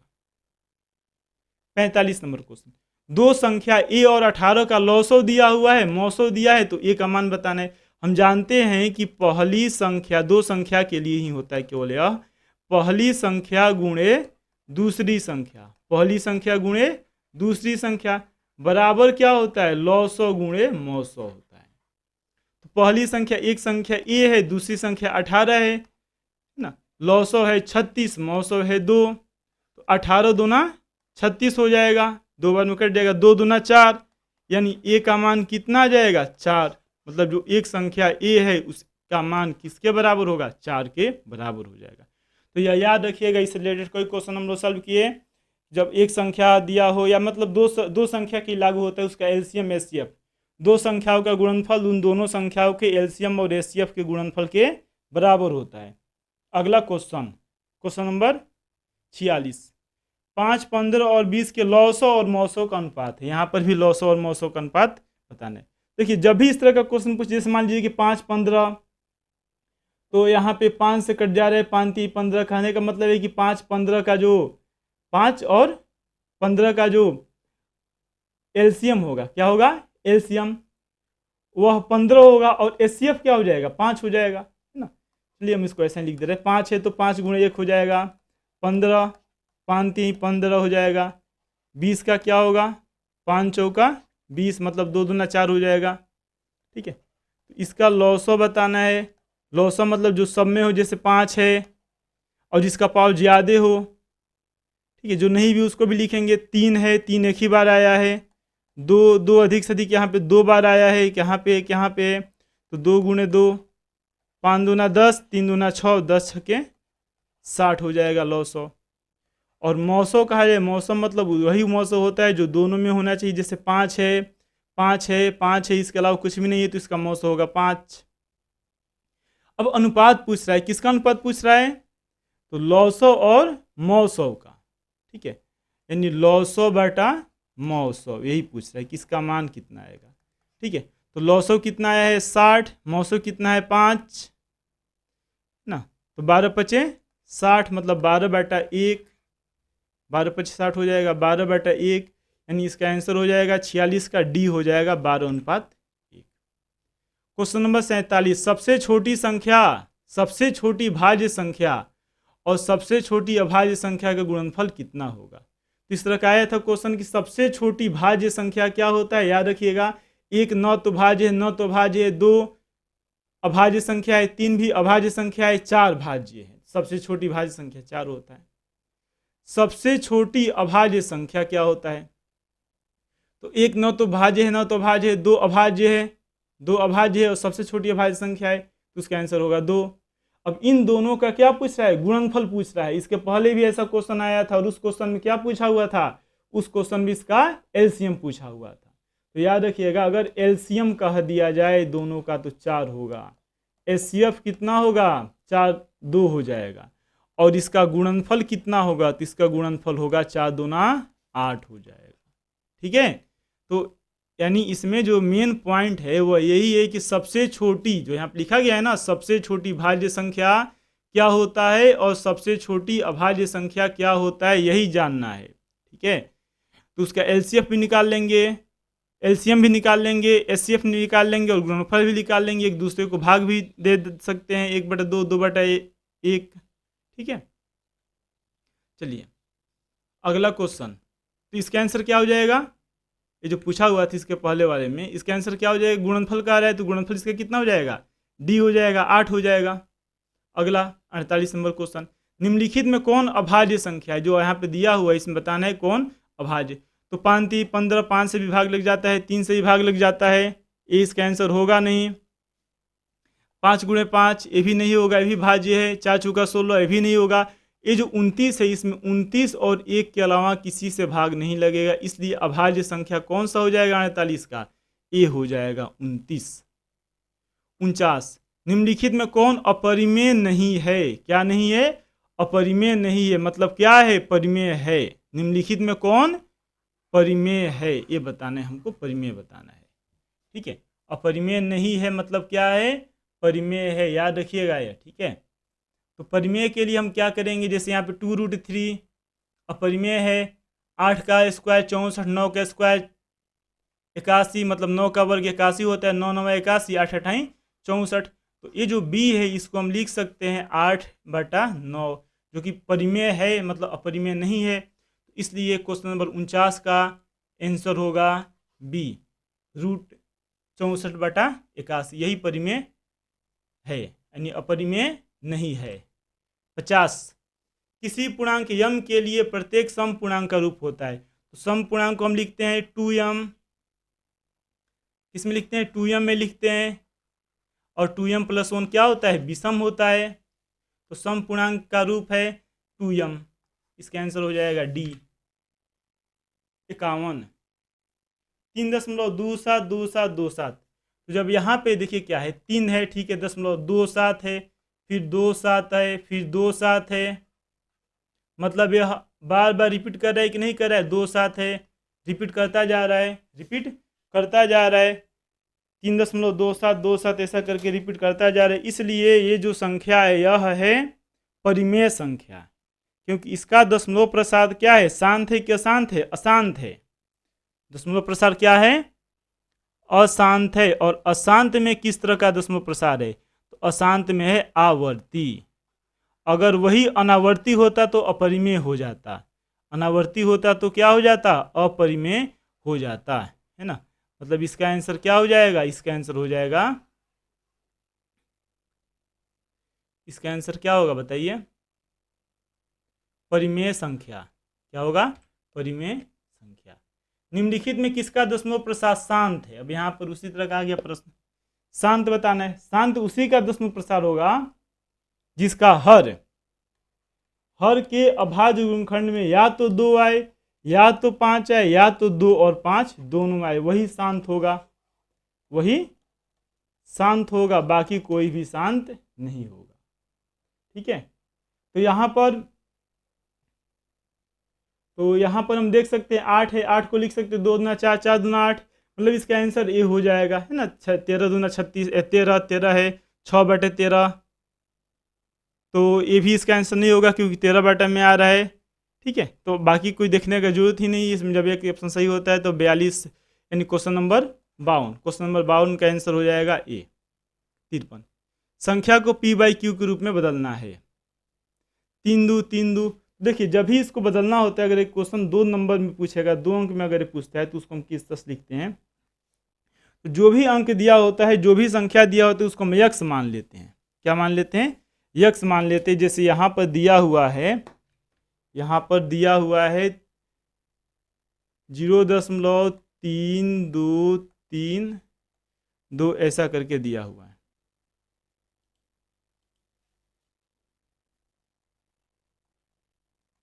तीन दो इस तरह से दिया हुआ है, तो इसको यक्ष मान लेंगे। अब 2 अंक रिपीट कर रहा है तो 100 से गुणा करेंगे, तो 100 यक्ष हो गया। यहाँ पे कितना यक्ष था, 1 यक्ष था, और ये हो गया 32.3232, है ना। इसको 1 मान ली, इसको 2 मान ली, किसी को कुछ मान सकते हैं। तो 1 में से 2 घटाएंगे, मतलब 100 में से 1 घटेगा तो 99 यक्ष हो जाएगा, और 3 2 अनंत तक जा रहे, 3 2 अनंत तक जा रहे, सब कटा जाएगा एक दूसरे से। 32 में 0 घटेगा तो 32 हो जाएगा, मतलब यक्स का मान हम क्या लिख देते हैं 32/99। ठीक है, तो अगर एक अंक रिपीट करें तो 1 9 होता है बाटा में, 2 अंक रिपीट करें तो बाटा में 2 बार 9 लिखते हैं, 3 अंक रिपीट करें तो बाटा में 3 बार 9 लिखते हैं। तो 3 2 मतलब 2 अंक रिपीट कर रहे हैं, इसलिए 3 2 32 के ऊपर लिख देंगे और बाटा में लिख देते हैं 99। यानी क्वेश्चन नंबर 53 का आंसर होगा सी। क्वेश्चन नंबर 54, 2 तथा 2.5 के बीच की अपरिमेय संख्या बताना है। 2 तथा 2.5 के बीच अपरिमेय संख्या है कि 2 और 2.5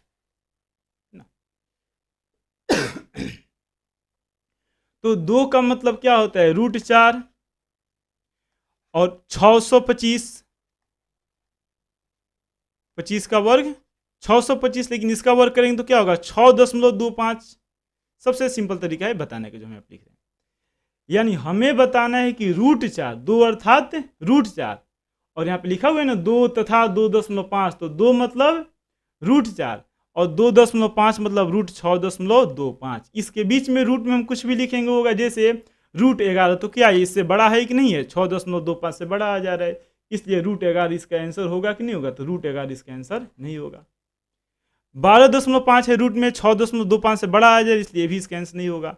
22.5 ज्यादा है, इसलिए इसका भी आंसर नहीं हो जाएगा। इसका आंसर क्या होगा, बी होगा √5। तो इसमें जो मध्य में आएगा यानी उसके बीच में क्या जो संख्या है वो कौन सा संख्या हो जाएगा, बी होगा। इसका आंसर क्या होगा, बी। तो इस तरह से याद रखिएगा, बताने का सबसे अच्छा तरीका है। ठीक है, 2 का मतलब √4 और 2.5, यानी इसका स्क्वायर करेंगे 625, 2 अंक के बाद दशमलव लग जाएगा, 2 बार गुणा इसलिए, तो इसके मध्य का जो संख्या है वो हो जाएगा √5। क्वेश्चन नंबर 54 का आंसर हो जाएगा बी।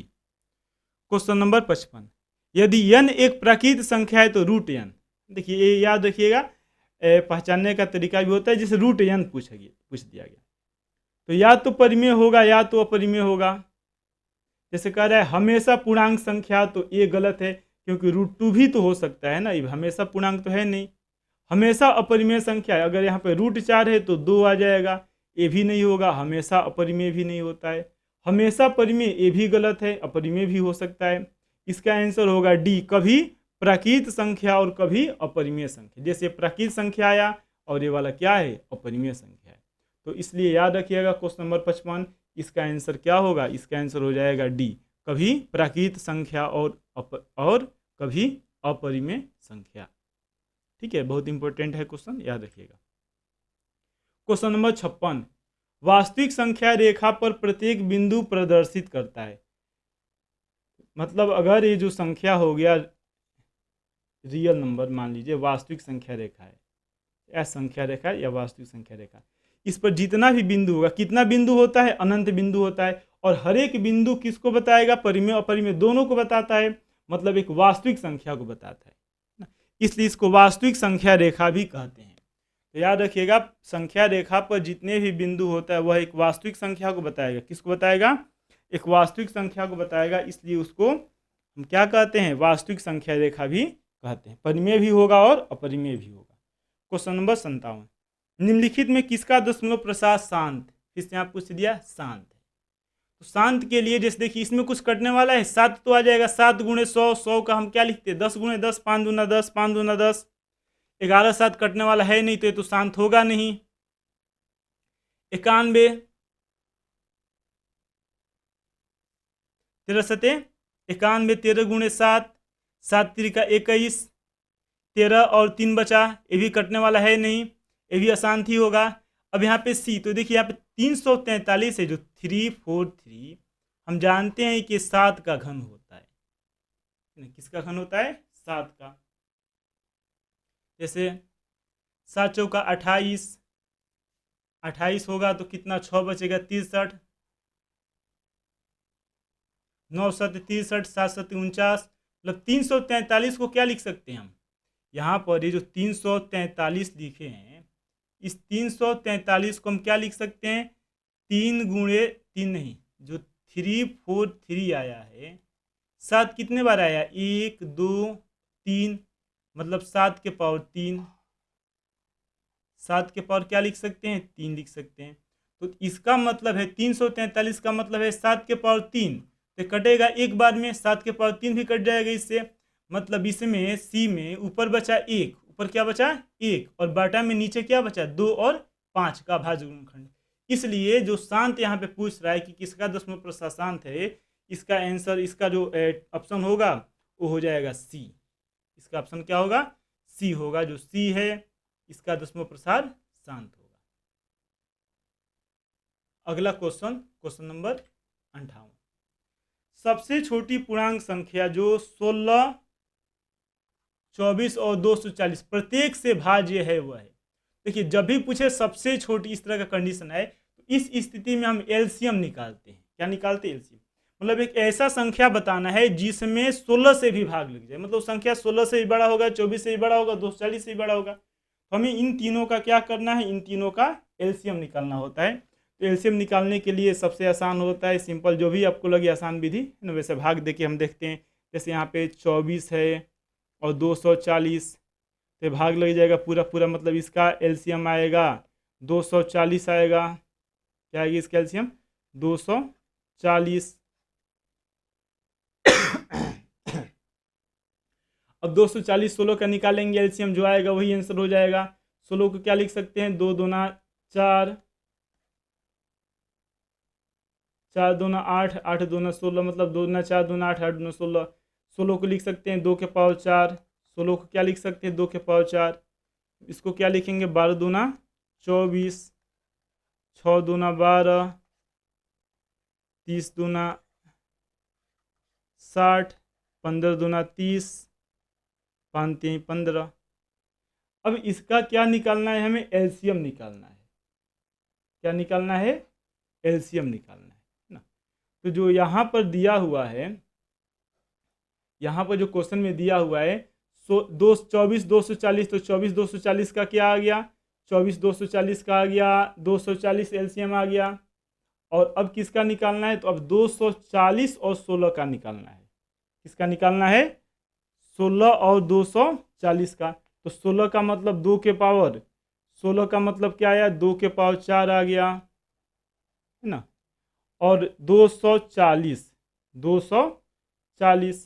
240 का मतलब क्या आया, 2 के पावर कितना हो गया, 1 2 3 4, 4 हो जाएगा, 1 3 होगा और 1 5 होगा। तो इसका एलसीएम अगर निकालेंगे तो देखिए जो दोनों में है ना, 2 के पावर 4 इसमें भी है, इसमें भी है, मतलब इसका एलसीएम क्या हो जाएगा, 240 हो जाएगा। ठीक है, तो 240 एक ऐसा संख्या है, सबसे छोटा संख्या है, जो 16 से भी भाग लग जाएगा, जिसमें 24 से भी भाग लग जाएगा और 240 से भी भाग लग जाएगा, हो जाएगा 240।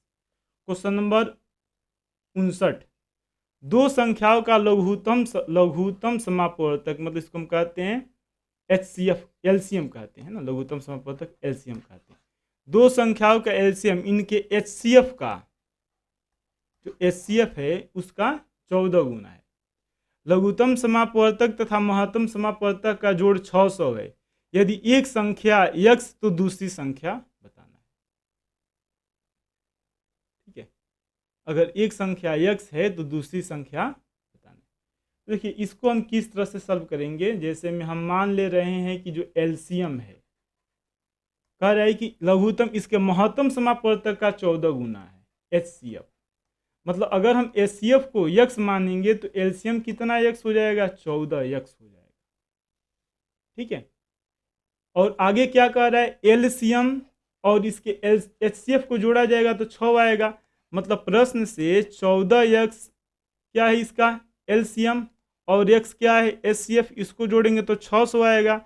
यानी 15x का मान कितना आ जाएगा, 600।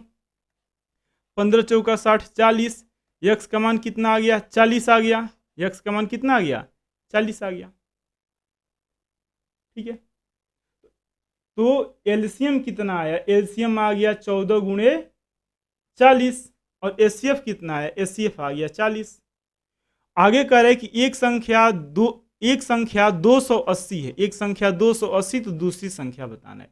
तो याद रखिएगा दो संख्याओं के लिए, दो संख्याओं का गुणनफल, दो संख्याओं का गुणनफल किसके बराबर होता है, तो उसका एलसीएम और एचसीएफ का गुणनफल होता है। तो दो संख्या में एक संख्या को मान लिया गया ए है, और ए जो एक जो दिया हुआ है 280, ए बराबर किसके आएगा, तो ए बराबर आएगा 14x, और फिर गुणे इसमें किससे करेंगे, यक्स से। इसी को मल्टीप्लाई करेंगे, इसको सॉल्व करेंगे तो आंसर आ जाएगा ना, यानी एलसीएम। ठीक है, यक्स का मान कितना हम यहाँ पे भरेंगे 14x, यक्स का मान कितना रखेंगे 40, यहाँ पर भी रखेंगे 40, और इसको सॉल्व करेंगे 14 दूना 28 हो जाएगा, 20 दूना 40, 4 दूना 8 80। इसको सॉल्व करेंगे जब यक्स का मान रख करके तो इसका आंसर आ जाएगा, इसका आंसर कितना आएगा, इसका आंसर आ जाएगा 80। देखिए हम किस तरह सॉल्व करें, यहाँ पे सॉल्व कर दें। ए है 280 बराबर 14 गुणे यक्स का मान 40 गुणे 40, 14 दूना 28, 0 से 0 कट जाएगा, 2 दूना 4, 4 दूना 8, ए का मान आ गया 4 दूना 8 80 आ गया, ए का मान कितना आ गया 80, यानी जो दूसरा संख्या हो कितना हो जाएगा 80 हो जाएगा। अगला क्वेश्चन नंबर 60, यहाँ पे दिया हुआ है 23.4343, इसको पी बाई क्यू के रूप में बताना है। तो देखिए 23 को तो 23 हम ऐसा लिख दे सकते हैं प्लस में, और 4343 रिपीट कर रहे हैं, मतलब 43 बटा हम क्या लिखेंगे 99 लिखेंगे, 43 बटा 99। अब हमें क्या करना है, 23 और 99 को मल्टीप्लाई कर देना है। इसी तरह बाटा में यहाँ पे क्या है 30 बटा कितना है 1 है, 30 बटा 1 है, तो हम यहाँ पे क्या करेंगे, हम यहाँ पे मल्टीप्लाई करेंगे, किसको किसको मल्टीप्लाई करेंगे 23 और 99, तो बाटा में 99 होगा। ठीक है, और 23 को जब 99 से मल्टीप्लाई करेंगे तो ये 9 3 27 ना, 9 3 27, 9 दूना 18,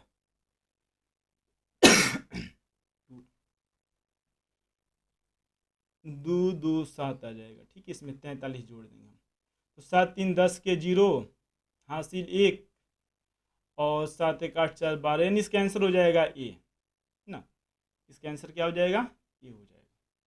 इसको चाहा जाए तो यक्स मान करके भी हम आसानी से सॉल्व कर सकते हैं, उस तरह से भी इसका आंसर आ जाएगा। अगला क्वेश्चन, क्वेश्चन नंबर 61, यहाँ पे दिया हुआ है तो कह रहे हैं कि यक्स का मान बताने, इसको सॉल्व करके देखिए किस तरह से हम इसको सॉल्व कर रहे हैं।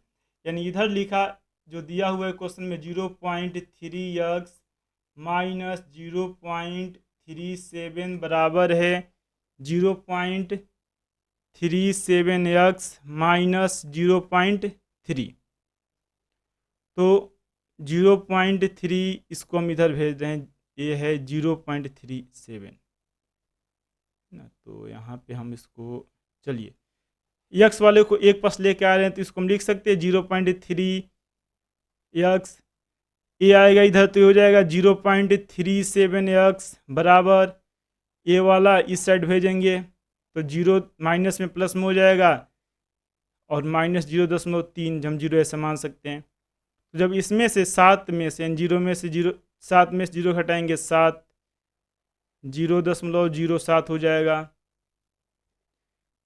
और यक्स का यक्स है ये हो जाएगा माइनस में, चूँकि 37 ज़्यादा है 30 कम है, तो माइनस में 0.07, ये दोनों बराबर है माइनस में, इसको सॉल्व करेंगे तो ये कट जाएगा और माइनस बच जाएगा, यानी इसका मान आ जाएगा -1। तो क्वेश्चन नंबर 61 का आंसर हो जाएगा सी। अगला क्वेश्चन, यहाँ पे 2 अंक दिया हुआ, इसका एचसीएफ पूछ रहा है। क्या पूछ रहा है एचसीएफ। देखिए 6 है यक्स है, वाई के पावर 4 है, वाई है, 1 है 12 यक्स वाई, तो इसका एचसीएफ बताना है। एचसीएफ किसका बताना है 6 यक्स के पावर 4 वाई का और 12 यक्स वाई का। दोनों में जो है वही दोनों में कॉमन होना चाहिए, जैसे 6 गुणे 2 लिख सकते हैं 12 को, मतलब 6 दोनों में, 6 यक्स के पावर 4 है, यहाँ पे यक्स है यानी यक्स दोनों में है, वाई वाई है, तो इसलिए इसका आंसर होगा 6 यक्स वाई हो जाएगा। एचसीएफ इसका हो जाएगा डी 6 यक्स वाई।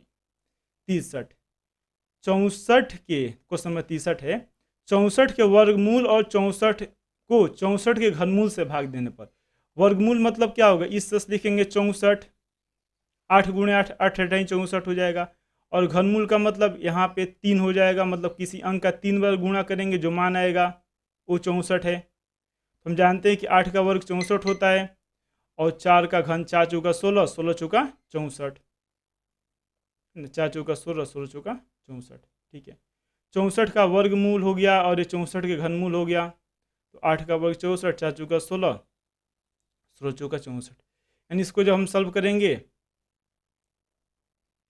वर्गमूल को घनमूल से भाग देने पर, वर्गमूल हो गया, इसको घनमूल से भाग दे रहे हैं तो 4 दूना 8, 2 आएगा। हाँ ठीक है, 2 आएगा। इसका आंसर हो जाएगा 63 का। तो याद रखिएगा वर्गमूल यानी 8 का वर्ग होता है 64, तो 64 का वर्गमूल 8 होगा।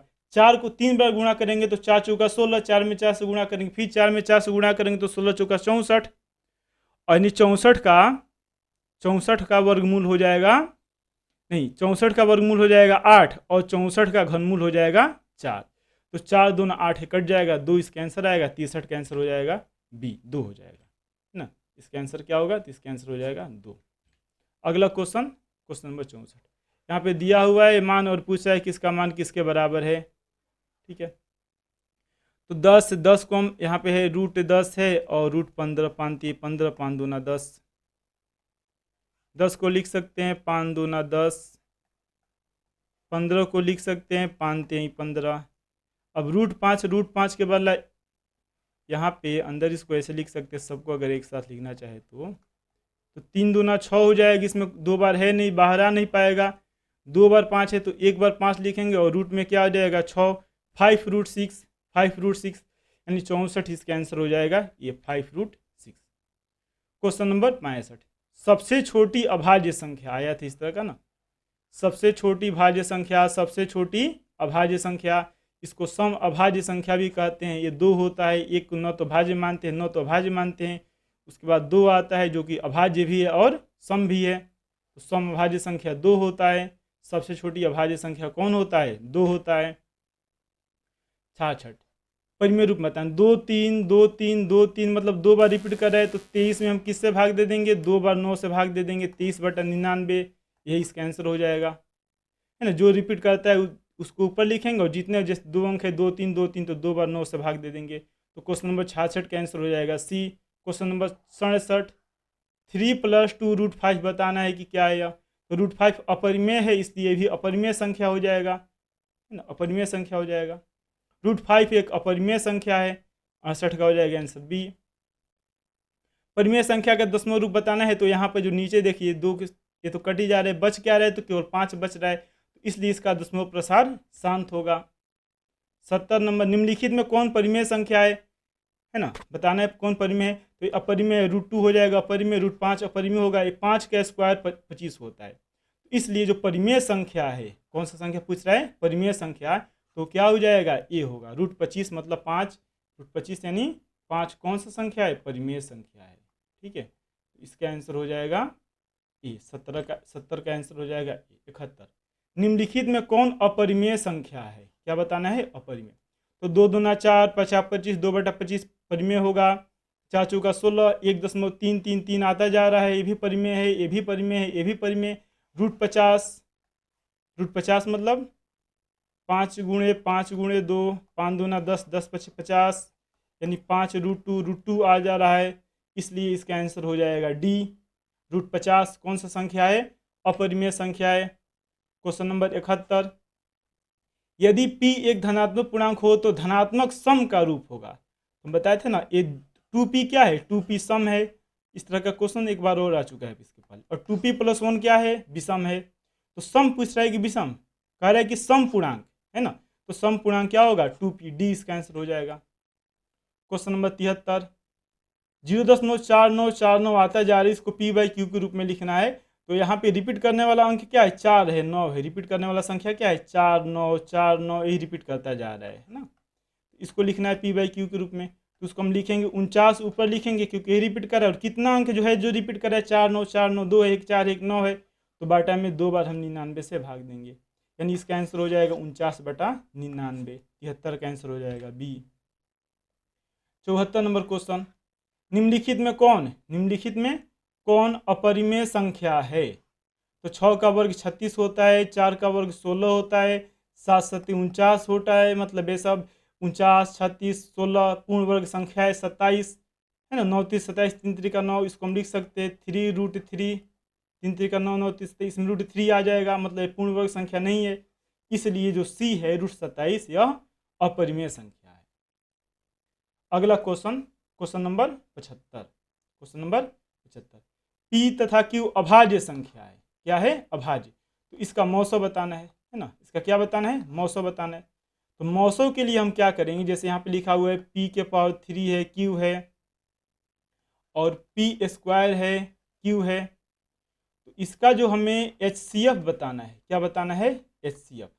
HCF मतलब जो दोनों में हो, जैसे P है तो P होगा जिसका पावर कम हो, इसका पावर, इस P का पावर 2 है, इस P का पावर 3 है, तो इस कम वाला 2 हो जाएगा। जो दोनों में है Q है जिसका पावर कम है 1 होगा, P² Q, मतलब क्वेश्चन नंबर 75 का आंसर क्या हो जाएगा? B होगा, P² हो जाएगा। क्वेश्चन नंबर 76, 76, ए का मान दिया हुआ है, बी का मान दिया है, सी यहाँ पे n नहीं मालूम है, 3 के पावर n है, और इसका एलसीएम दिया हुआ है तो n बताना है। देखिए हम इसको एक बार लिख दे रहे हैं। ए का मान क्या है? 2 के पावर 3 है, 3 है, ठीक। बी क्या है? 1 2 है और 1 3 है। सी क्या है? 3 के पावर n है और 1 5 है। इसका एलसीएम बताना है। इस तरह से अगर हम एलसीएम कहें जो कि दिया हुआ है, एलसीएम जो कि दिया हुआ है, क्या है एलसीएम? तो 2 के पावर 3 है, ठीक है, 3 के पावर 2 है और 5 है। तो यहाँ पे n का मान बताने, अगर इससे हम तुलना करें एलसीएम, एलसीएम मतलब जो सब में होता है जिसका पावर ज़्यादा होता है, जो नहीं भी होता है उसको भी लिखते हैं। जैसे दो के लिए देखा जाए तो 2 के पावर यहाँ पे 2 के पावर 3 है, ठीक है, सबसे ज़्यादा यही है, और 2 जगह 2 आया है, 2 के पावर 3, ठीक है। अभी 5 यहाँ पे नहीं है, इसमें भी नहीं है कहीं पर भी, यहाँ पे है एक 5 है, 5, ठीक है, 5 यहाँ पे लिख दिया गया है। अब यहाँ पर है 2, 3 के पावर 2, 3 है, 3 के पावर यहाँ पे 1 है, 3 के पावर 1 है, मतलब 3 के पावर 2 लिखा है। इसका मतलब क्या है? सबसे बड़ा 3 के पावर 2 होगा, इसमें तो दे दिया है, यानी इसमें कुछ हम बदल नहीं सकते हैं। और यहाँ पर 3 के पावर n है, अगर 3 के पावर 1 रहता तो यहाँ पे केवल 3 आता, 3 के पावर 5 रहता तो यहाँ पे 5 आता, मतलब इससे स्पष्ट है कि जो 3 के पावर n जो n है उसका मान 2 ही होगा, क्योंकि n अगर बड़ा माने, 1 से ज़्यादा माने, तो यहाँ पर भी n ही आना चाहिए जिसका मान दिया हुआ है 2। इसलिए जब तुलना कर रहे हैं हम, इसका एलसीएम जो इसका होता है उससे तुलना कर रहे हैं, तो स्पष्ट हो जा रहा है कि जो n है उसका मान 2 होना चाहिए।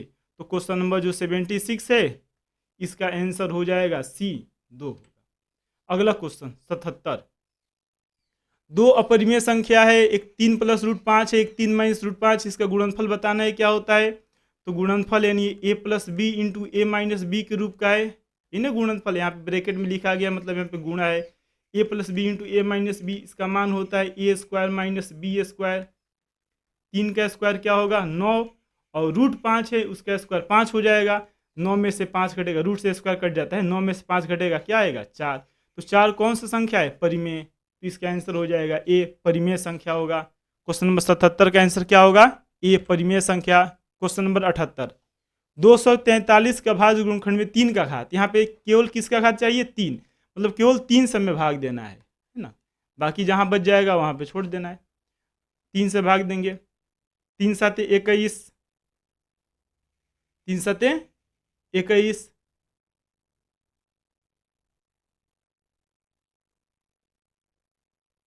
तो यहाँ पे 3 × 7 = 21, 234 है, 21 तो यहाँ पे बचेगा क्या? हाँ ठीक है, ठीक है, 21 तो क्या बच जाएगा? 24 बचेगा, क्या बचेगा? 24, 8 3 का 24, 78 हो जाएगा, है ना। 8 3 का 24 के 4 हासिल 2, और 7 3 का 21, 22 23, सही है, 78 से कटेगा। फिर 3 से हम कटाएंगे, 3 दूना 6, क्योंकि 8 7 15 है, कट जाएगा, 3 से 5 1 6, 3 से कट जाएगा, इसलिए 3 दूना 6, 1 बचेगा, 8 18, 3 6 के 18, 6 2 8, ये 3 से कटने वाला नहीं है, तो यहाँ पे 3 का अधिकतम घात कितना होगा? 2 बार ही 3 आ रहे हैं, 3 का अधिकतम घात या घात इसका हो जाएगा 2, सी इसका आंसर हो जाएगा। 79 नंबर क्वेश्चन, p/2 के पावर m 2 के पावर n को n के रूप में 0.67 को लिखा जा सकता है। तो देखिए इसको हम लिखेंगे, तो अगर ऊपर है यहाँ पे जैसे 0.67 है, अगर हम इसको लिखना चाहें तो ऊपर 67 लिखेंगे तो बॉटम में 100 लिखेंगे। 100 का मतलब क्या होता है, 5 गुणे 2, 5 दूना 10 होता है, 5 दूना 10 होता है, मतलब 2 भी 2 बार लिखेंगे और 5 भी 2 बार लिखेंगे। इसको अगर हम इस रूप में लिखना चाहें जैसे दिया हुआ है तो उसका आंसर हो जाएगा 67 बटा 2 के पावर 2 और 5 के पावर 2। इसका आंसर हो जाएगा बी।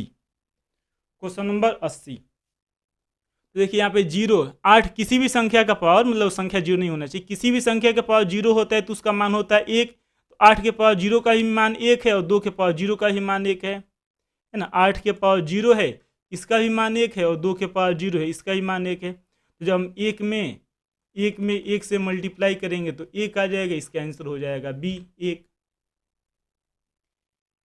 ए और बी अभाज्य संख्या है तो मौसो बताना है किसका, ए के पावर क्यू है 3 है, बी है ए बी क्यू।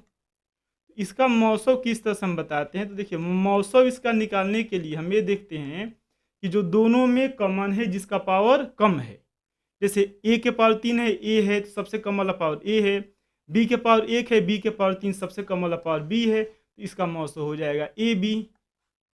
81 का आंसर हो जाएगा डी ए बी। 82, किसी धनात्मक पूर्णांक ए तथा बी के लिए, किसी धनात्मक पूर्णांक ए तथा बी के लिए ए बी का लॉसो और ए बी का मौसो। तो याद रखिएगा दो धनात्मक पूर्णांक के लिए लॉसो गुणे मौसो क्या होता है, लॉसो गुणे मौसो बराबर होता है पहली संख्या गुणे दूसरी संख्या।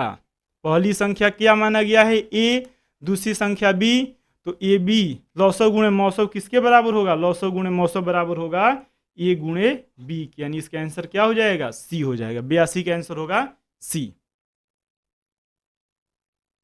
क्वेश्चन नंबर 83, यूक्लिड विभाजन एल्गोरिथम, यूक्लिड विभाजन एल्गोरिथम दो धनात्मक पूर्णांकों के निम्न में से किसे परिकलित करने की तकनीक है। तो इसके द्वारा हम लोग एचसीएफ ज्ञात करते हैं, मौसम निकालने का एक तकनीक कह सकते हैं।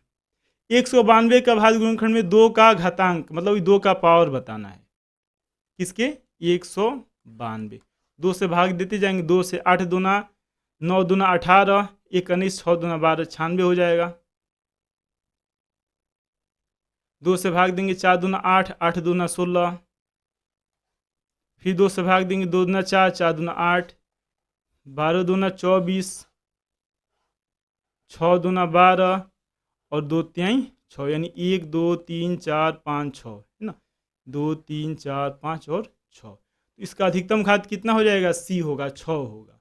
क्वेश्चन नंबर 85, दो धनात्मक पूर्णांक ए और बी के लिए दिया हुआ है यहाँ पे तो बताना है। तो हम जानते हैं कि दो धनात्मक पूर्णांक के लिए एलसीएम और एचसीएफ का गुणनफल किसके बराबर होता है, तो एलसीएम और एचसीएफ का गुणनफल दोनों के गुणनफल के बराबर हो जाता है।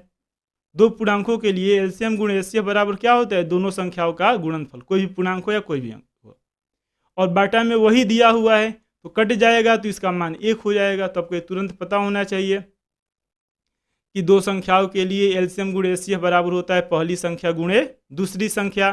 तो यहाँ पे ए बी बाटा ए बी कट जाएगा, 85 का आंसर क्या हो जाएगा, ए 1 हो जाएगा। क्वेश्चन नंबर 86, यदि क्यू एक धनात्मक पूर्णांक है तो निम्न में कौन धनात्मक विषम पूर्णांक बताना है, विषम, सम नहीं बताना है, विषम, विषम पूर्णांक नहीं है। देखिए यहाँ पे नहीं लिख दिया है ना, तो विषम पूर्णांक नहीं है मतलब क्या है, सम पूर्णांक है। विषम पूर्णांक नहीं है मतलब कौन सा पूर्णांक है, सम पूर्णांक, यानी हमको क्या बताना है, सम पूर्णांक। सम पूर्णांक मतलब जो 2 से भाग लग जाए। तो 8 में सम 8 है तो 8 में तो 2 से भाग लगेगा, जो लास्ट में बच रहा है जो शेष +1 करके लिखा हुआ है, जैसे +1 है 2 से भाग नहीं लगेगा, यह विषम होगा। 2 से भाग नहीं लगेगा, विषम होगा। 7 भी है 2 से भाग नहीं लगेगा, विषम होगा। 4 में 2 से भाग लग जाएगा, सम हो जाएगा। इसलिए जो यहाँ पे कह रहा है कि विषम पूर्णांक नहीं है, क्या कह रहा है, विषम पूर्णांक नहीं है मतलब सम पूर्णांक है।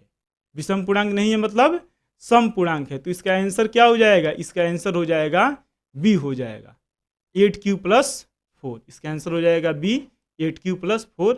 यही विषम पूर्णांक नहीं है मतलब सम पूर्णांक है। चलिए क्वेश्चन नंबर 87, ये कौन सा था, 86 था, हाँ। क्वेश्चन नंबर 87, 87 नंबर क्वेश्चन, यदि भाग एल्गोरिथम ए बराबर बी क्यू प्लस आर में ए का मान दिया है, बी का मान ए का मान दिया है, क्यू का मान दिया है, तो बी का मान बताने। जैसे यहाँ पे जो लिखा हुआ है ए बराबर बी क्यू प्लस आर, तो ए का मान है 72, बी का मान पता करना है, क्यू का मान है 8, आर का मान 0, तो 0 लिखने का जरूरत नहीं है। तो यहाँ पे 8 से कटेगा, 8 नवा 72, तो b का मान कितना आ जाएगा, b का मान यहाँ पे आएगा, यानी b बराबर हो जाएगा 9। तो सिंपल कट जा रहे हैं, 8 9 72 है ना, 8 9 72, तो b का मान आ जाएगा यहाँ पे ए ऑप्शन हो जाएगा, 9 आ जाएगा। क्वेश्चन नंबर 88, निम्नलिखित में से कौन अभाज्य संख्या बताना है, कौन अभाज्य है। तो 3 से कट जाएगा, ए भी 3 से कट जाएगा, ए भी 2 से कट जाएगा, यानी इसका आंसर हो जाएगा सी, 31 अभाज्य संख्या है। इसका आंसर हो जाएगा 88 का सी, 31। निम्नलिखित में कौन यौगिक संख्या, देखिए यौगिक का मतलब क्या होता है, यौगिक का मतलब होता है जो जिसका गुणनफल या गुणनखंड, कहिए गुणनफल नहीं गुणनखंड, जिसका गुणनखंड में एक और स्वयं के अलावा कोई अन्य अंक आना चाहिए। 11 एकम 11, यह अभाज्य है। 7 त्रिका 21, इसका 7 3, 2 गुणनखंड हो जा रहा है, 21 और 1 को छोड़ करके। 31 नहीं किसी से कटेगा, मतलब 1 और 31 के अलावा 41 भी का वही हाल है।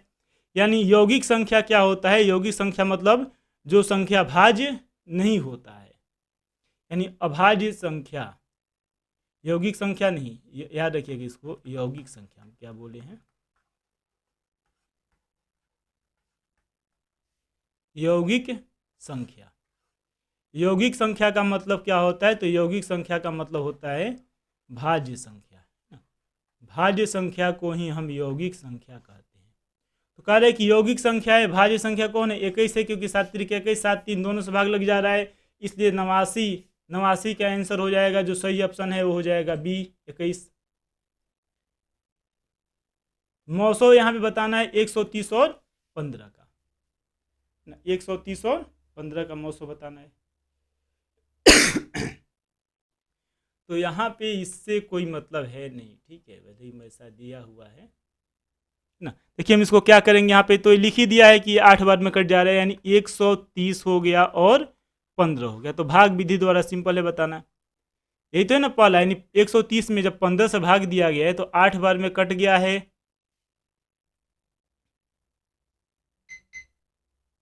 15 बटे कितना होता है 120, और कितना बचा हुआ है 10 बचा हुआ है, और फिर 15 जो शुरू में है उसको यहाँ पे लिखेंगे, 10 से कम में 10 आ जाएगा, फिर 5 ना, और 15 5 दूना 10, कट गया पूरा। मतलब इसका जो एलसीएम आएगा, इसका जो एलसीएम आएगा, एलसीएम नहीं क्या पूछ रहा है, मौसो पूछा है, मौसम मतलब एचसीएफ इसको लिखते हैं मौसो को, तो इसका मौसो आएगा वो क्या आ जाएगा 5 आएगा, तो इसलिए इसका मौसो होगा 5। अगला क्वेश्चन, क्वेश्चन नंबर 90 था, ठीक है, तो इसको ये सिंपल होता है, इस तरह भले दिया हुआ है ना, क्योंकि यहाँ पे अगर इसको गुणनखंड ही देना था तो 15 से कट जा रहे हैं, हाँ नहीं ठीक है, इसके आधार पे हम बता सकते हैं ना, ये जो दिया हुआ है 130, तो 15 मतलब यहाँ पे 15 बच जाएगा, ठीक है, फिर 15 का गुणनखंड यहाँ पे निकाला गया है 5, और शेषफल 0 आ जा रहा है, इसलिए इसका मौसो 5 होगा। हम इसको देख करके ही बता सकते हैं, लेकिन अगर आपको थोड़ा सा भी कन्फ्यूजन हो तो आप इस तरह से जैसे हम सॉल्व किए हैं वैसे सॉल्व कर सकते हैं, इसमें कोई टाइम नहीं लगेगा। तो क्वेश्चन नंबर 90, इसका आंसर हो जाएगा 5, इसका एचसीएफ मौसो होगा 5, क्वेश्चन नंबर 90। अब चलिए अगला क्वेश्चन नंबर 91, दो संख्याओं का मौसो दिया हुआ है, लौसो दिया हुआ है ना, एक संख्या दिया है तो दूसरी संख्या बताना है। तो हम अभी पढ़े थे इसके पहले कि पहली संख्या गुणे दूसरी संख्या, पहली संख्या गुणे दूसरी संख्या बराबर क्या होता है, एलसीएम गुणे एचसीएफ, ठीक है। तो अगर हमें दूसरी संख्या बताना हो, अगर हमें दूसरी संख्या बताना हो तो इसका एलसीएम एचसीएफ क्या होगा, 27 गुणे 162, 27 गुणे 162 बटा क्या होगा 54 ना, पहली संख्या दिया हुआ है ना 54, तो उसको भाग दे देंगे। ये कितने बार में कटेगा, 2 बार में, 7 दूना 14 की 84, 2 ना 4 1 5 है ना, 2 बार में कटेगा। फिर 2 से कट जाएगा, 8 दूना 16, 8 एकम में 8, 2 से कटेगा, 2 8 16, फिर 2 1 में 2। हाँ ठीक है, 81। इसको अब अभी तो इतना तो आपको पता होगा ही गुणा भाग कैसे किया जाता है ना। तो इसको सॉल्व करेंगे, पहली संख्या फॉर्मूला क्या है, पहली संख्या गुणे दूसरी संख्या बराबर एलसीएम गुणे एचसीएफ। इसमें दूसरी संख्या ज्ञात करना है, पहली संख्या 54 है जो कि बाटे में आ जाएगा, एलसीएम का मान दिया हुआ है, एलसीएम का मान कितना दिया है 162 है, और एचसीएफ का मान कितना दिया हुआ है 27। तो 27 गुणे 162 54 से भाग देंगे, 27 दूना 54 और 81 दूना 162। ठीक है, तो इसका आंसर आ जाएगा डी 81 होगा। जो संख्या है जो पूछ रहा है दूसरी संख्या, उसका मान आएगा 81 81। क्वेश्चन नंबर 92, 18 और 72 का मौसो बताना है। सिंपल है, 18 में हम 72 से भाग दे देंगे, 18 चौका कितना होगा 72, 4 3 7, 18 चौका 72। मतलब इसका मौसो पूछ रहा है तो कट जा रहा है, जब पूरा पूरा तो मौसो जो छोटा वाला संख्या होता है मौसो हो जाएगा, जो बड़ा वाला संख्या होता है वो लौसो हो जाता है ना। जब एक दूसरे से पूरा भाग लग जाता है तो इसका मौसो बताना है, तो 92 का आंसर हो जाएगा ए, 18 इसका मौसो हो जाएगा। Question number 93, question number 93, root 12 का परिमेयीकरण गुणांक बताना है। देखिए परिमेयीकरण गुणांक क्या होता है, मतलब कौन ऐसा फैक्टर है या कौन ऐसा संख्या है जिसे गुणा करेंगे तो परिमेय में बदल सकते हैं। जैसे रूट 12, 12 को 4 3 12, मतलब ऐसा लिख सकते हैं 2 दूना 4, 4 3 12, 2 बाहर ले जाएगा रूट 3। अब इसको अगर परिमेय करना है, क्या बदलना है, परिमेय में अगर हमें इसको बदलना है, परिमेय कारक गुणांक क्या होता है, तो इसमें अगर हम रूट 3 से मल्टीप्लाई कर दें, किससे मल्टीप्लाई कर दें, इसमें हम रूट 3 से, तो रूट 3 3 हो जाएगा, तो रूट 3 को ही कहा जाएगा परिमेयीकरण गुणांक कहा जाएगा, यानी 93 का आंसर हो जाएगा बी। याद रखिएगा इसे, 93 का आंसर क्या हो जाएगा, बी हो जाएगा, परिमेयीकरण गुणांक। क्वेश्चन नंबर 94, दो लगातार विषम संख्याओं का मौसो बताना है। दो लगातार कौन सा संख्या है, विषम संख्या। देखिए दो लगातार विषम संख्या क्या होगी, यहां पर भी वही कंडीशन है जैसे इसका हम पहले बताए थे ना।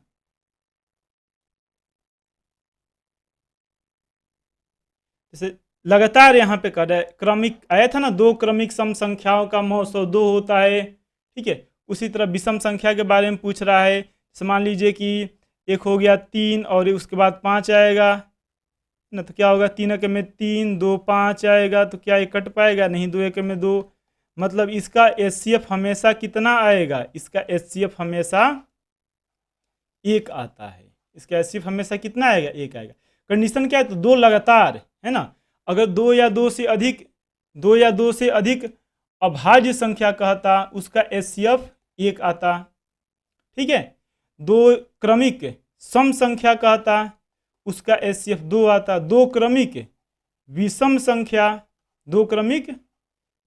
संख्या उसका एचसीएफ 1 आएगा।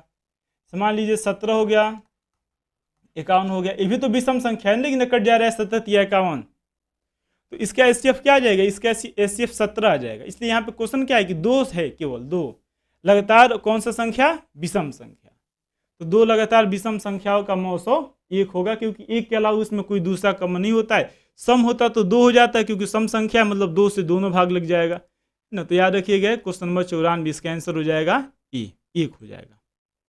क्वेश्चन नंबर 95, यहाँ पे लिखा हुआ है और ये बताना है कि परिमेय है क्या परिमेय, तो इसको तो सॉल्व करना पड़ेगा और डायरेक्ट भी सॉल्व कर सकते, जैसे 45 है, यहाँ पे क्वेश्चन में जो लिखा हुआ है 2 रूट 45, 45 को हम क्या लिख सकते हैं, 9 पछे 45, 9 यानी 3 गुणे 3, 3 रूट 5, 20 को हम क्या लिख सकते हैं, 5 चौका 20, मतलब 4 बाहर आ जाएगा, 5 अंदर बच जाएगा, और नीचे है 2 रूट 5, हम इसको इस तरह लिख सकते हैं। तो वैसे अब डायरेक्ट भी कटाने आपको करना चाहिए, जैसे 5 से कटेगा तो 5 चौका 20, 4 होगा, रूट 4 का मान 2 हो जाएगा, 3 दूना 6 हो जाएगा, 5 से कटेगा 5 9 45, रूट 9 3, 3 दूना 6 हो जाएगा, ठीक है।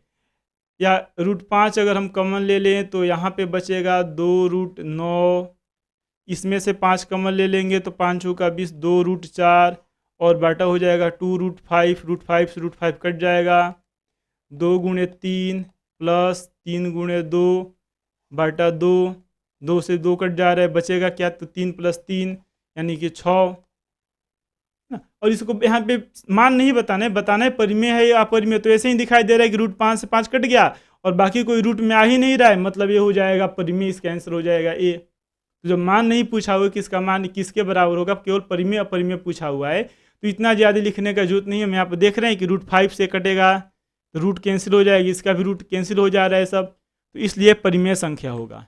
अगला क्वेश्चन 5, यहाँ पे जो रिपीट कर रहे हो क्या है, 5 5 5, इसीलिए जब इसको परिमेय में बदलेंगे तो ऊपर 5 होगा और नीचे बाटा में 1 9 हो जाएगा। मतलब क्वेश्चन नंबर 96 का आंसर हो जाएगा ए, रूट 5 ए हो जाएगा 5/9। एक संख्या है, इसमें है पाई एक संख्या है, ठीक है, पाई यहाँ पे छूट गया है। पाई एक संख्या है तो हम जानते हैं कि पाई एक कौन सा संख्या है, पाई एक अपरिमेय संख्या है। इसका आंसर क्या हो जाएगा, अपरिमेय, ठीक है। पाई एक संख्या है तो पाई एक कौन सा संख्या है, अपरिमेय संख्या है। क्वेश्चन नंबर 98, 2 और 2.5 के बीच अपरिमेय संख्या है ना। तो 2 है 2.5 ऐसा क्वेश्चन आया था, ठीक है। तो 2 मतलब क्या, हम इसको लिखेंगे √4 और 2.5 25 का वर्ग 625 होता है। 6.25 इसके बीच में जो आएगा 11 है, 6.25 से बड़ा है, 22.5 इससे बड़ा है, 12.5 इससे बड़ा है, मतलब इसका आंसर क्या आ जाएगा, √5 आएगा। इसका आंसर हो जाएगा सी। तो क्वेश्चन नंबर 98 का जो आंसर होगा वो हो जाएगा बी। क्वेश्चन नंबर 98 का आंसर होगा वो हो जाएगा बी, √5। और इस क्वेश्चन को रिपीट किया गया है, ठीक है। इस क्वेश्चन को रिपीट किया गया है, रिपीट किया हुआ क्वेश्चन है ना, ठीक है, रिपीटेड क्वेश्चन है। इस क्वेश्चन को आप पहले सॉल्व कर चुके हैं। अगला क्वेश्चन, p एक अभाज्य संख्या है। p क्या है, एक अभाज्य संख्या है, तो √p याद रखिएगा। इस तरह का क्वेश्चन एक आया था कि n यदि n एक प्राकृतिक संख्या है तो √n परिमेय हो सकता है, प्राकृतिक हो सकता है, लेकिन यहाँ पे कंडीशन है कि जो p है वो अभाज्य संख्या है और अभाज्य संख्या किसी भी संख्या का पूर्ण वर्ग होता ही नहीं है, तो इसलिए √p क्या हो जाएगा, √p अपरिमेय होगा। ये कब का कंडीशन है, जब p अभाज्य है। वही यहाँ पे प्राकृतिक संख्या होता है, जैसे क्वेश्चन पूछा हुआ है इसके पहले सॉल्व की, उसको हम लोग प्राकृतिक संख्या कहता तो √p क्या हो जाता, √p हो जाता, या तो प्राकृतिक होता या तो अपरिमेय, लेकिन इसका हमेशा अपरिमेय ही होगा। क्वेश्चन नंबर 100, विभाजन एल्गोरिथम में ए को कहा जाता है। तो ए को हम लोग भाज्य कहते हैं, हमेशा शुरू से ही पढ़ते आ रहे हैं, 3-4 क्लास से ही। भाज्य बराबर होता है, भाज्य बराबर क्या लिखते हैं, भाज्य बराबर लिखते हैं भाजक गुणे भागफल, भाज्य बराबर भाजक गुणे भागफल प्लस शेषफल। याद रखिएगा फॉर्मूला। इसी को हम लोग इस तरह से लिखते हैं 10th क्लास में, ए बराबर क्या लिखते हैं, BQ + R, और वहाँ पे कंडीशन होता है जो R है वो 0 हो सकता है, 0 से बड़ा हो सकता है, माइनस में नहीं लिखते हैं, ठीक है। ए बराबर BQ + R, और इसका मान जो B होता है यानी भाजक होता है उससे छोटा होना चाहिए, ही R का कंडीशन होता है। इसमें ए को हम क्या कहते हैं, ए को हम भाज्य कहते हैं। ये लास्ट क्वेश्चन है 101, 2 कौन सी संख्या है, तो 2 सम भी है और 2 अभाज्य भी, इसलिए 2 को कहा जाता है सम अभाज्य संख्या, है ना। याद रखिएगा, 1 न तो भाज्य है, न तो अभाज्य, कई बार आ चुका है। 2 सबसे छोटी भाज्य संख्या है और 3 भी, 2 क्या है, 2 सबसे छोटी, भाज्य बोल दिए हैं क्या, 2 सबसे छोटी अभाज्य संख्या है, 3 भी अभाज्य संख्या है, लेकिन 4 भाज्य है। तो सबसे छोटी भाज्य संख्या 4, सबसे छोटी अभाज्य संख्या 2, और एक 2 मात्र ही ऐसा संख्या है जो अभाज्य भी है और सम भी है, इसलिए 2 कौन सी संख्या कहा जाता है, 2 को सम अभाज्य संख्या कहा जाता है। याद रखिए कि इसे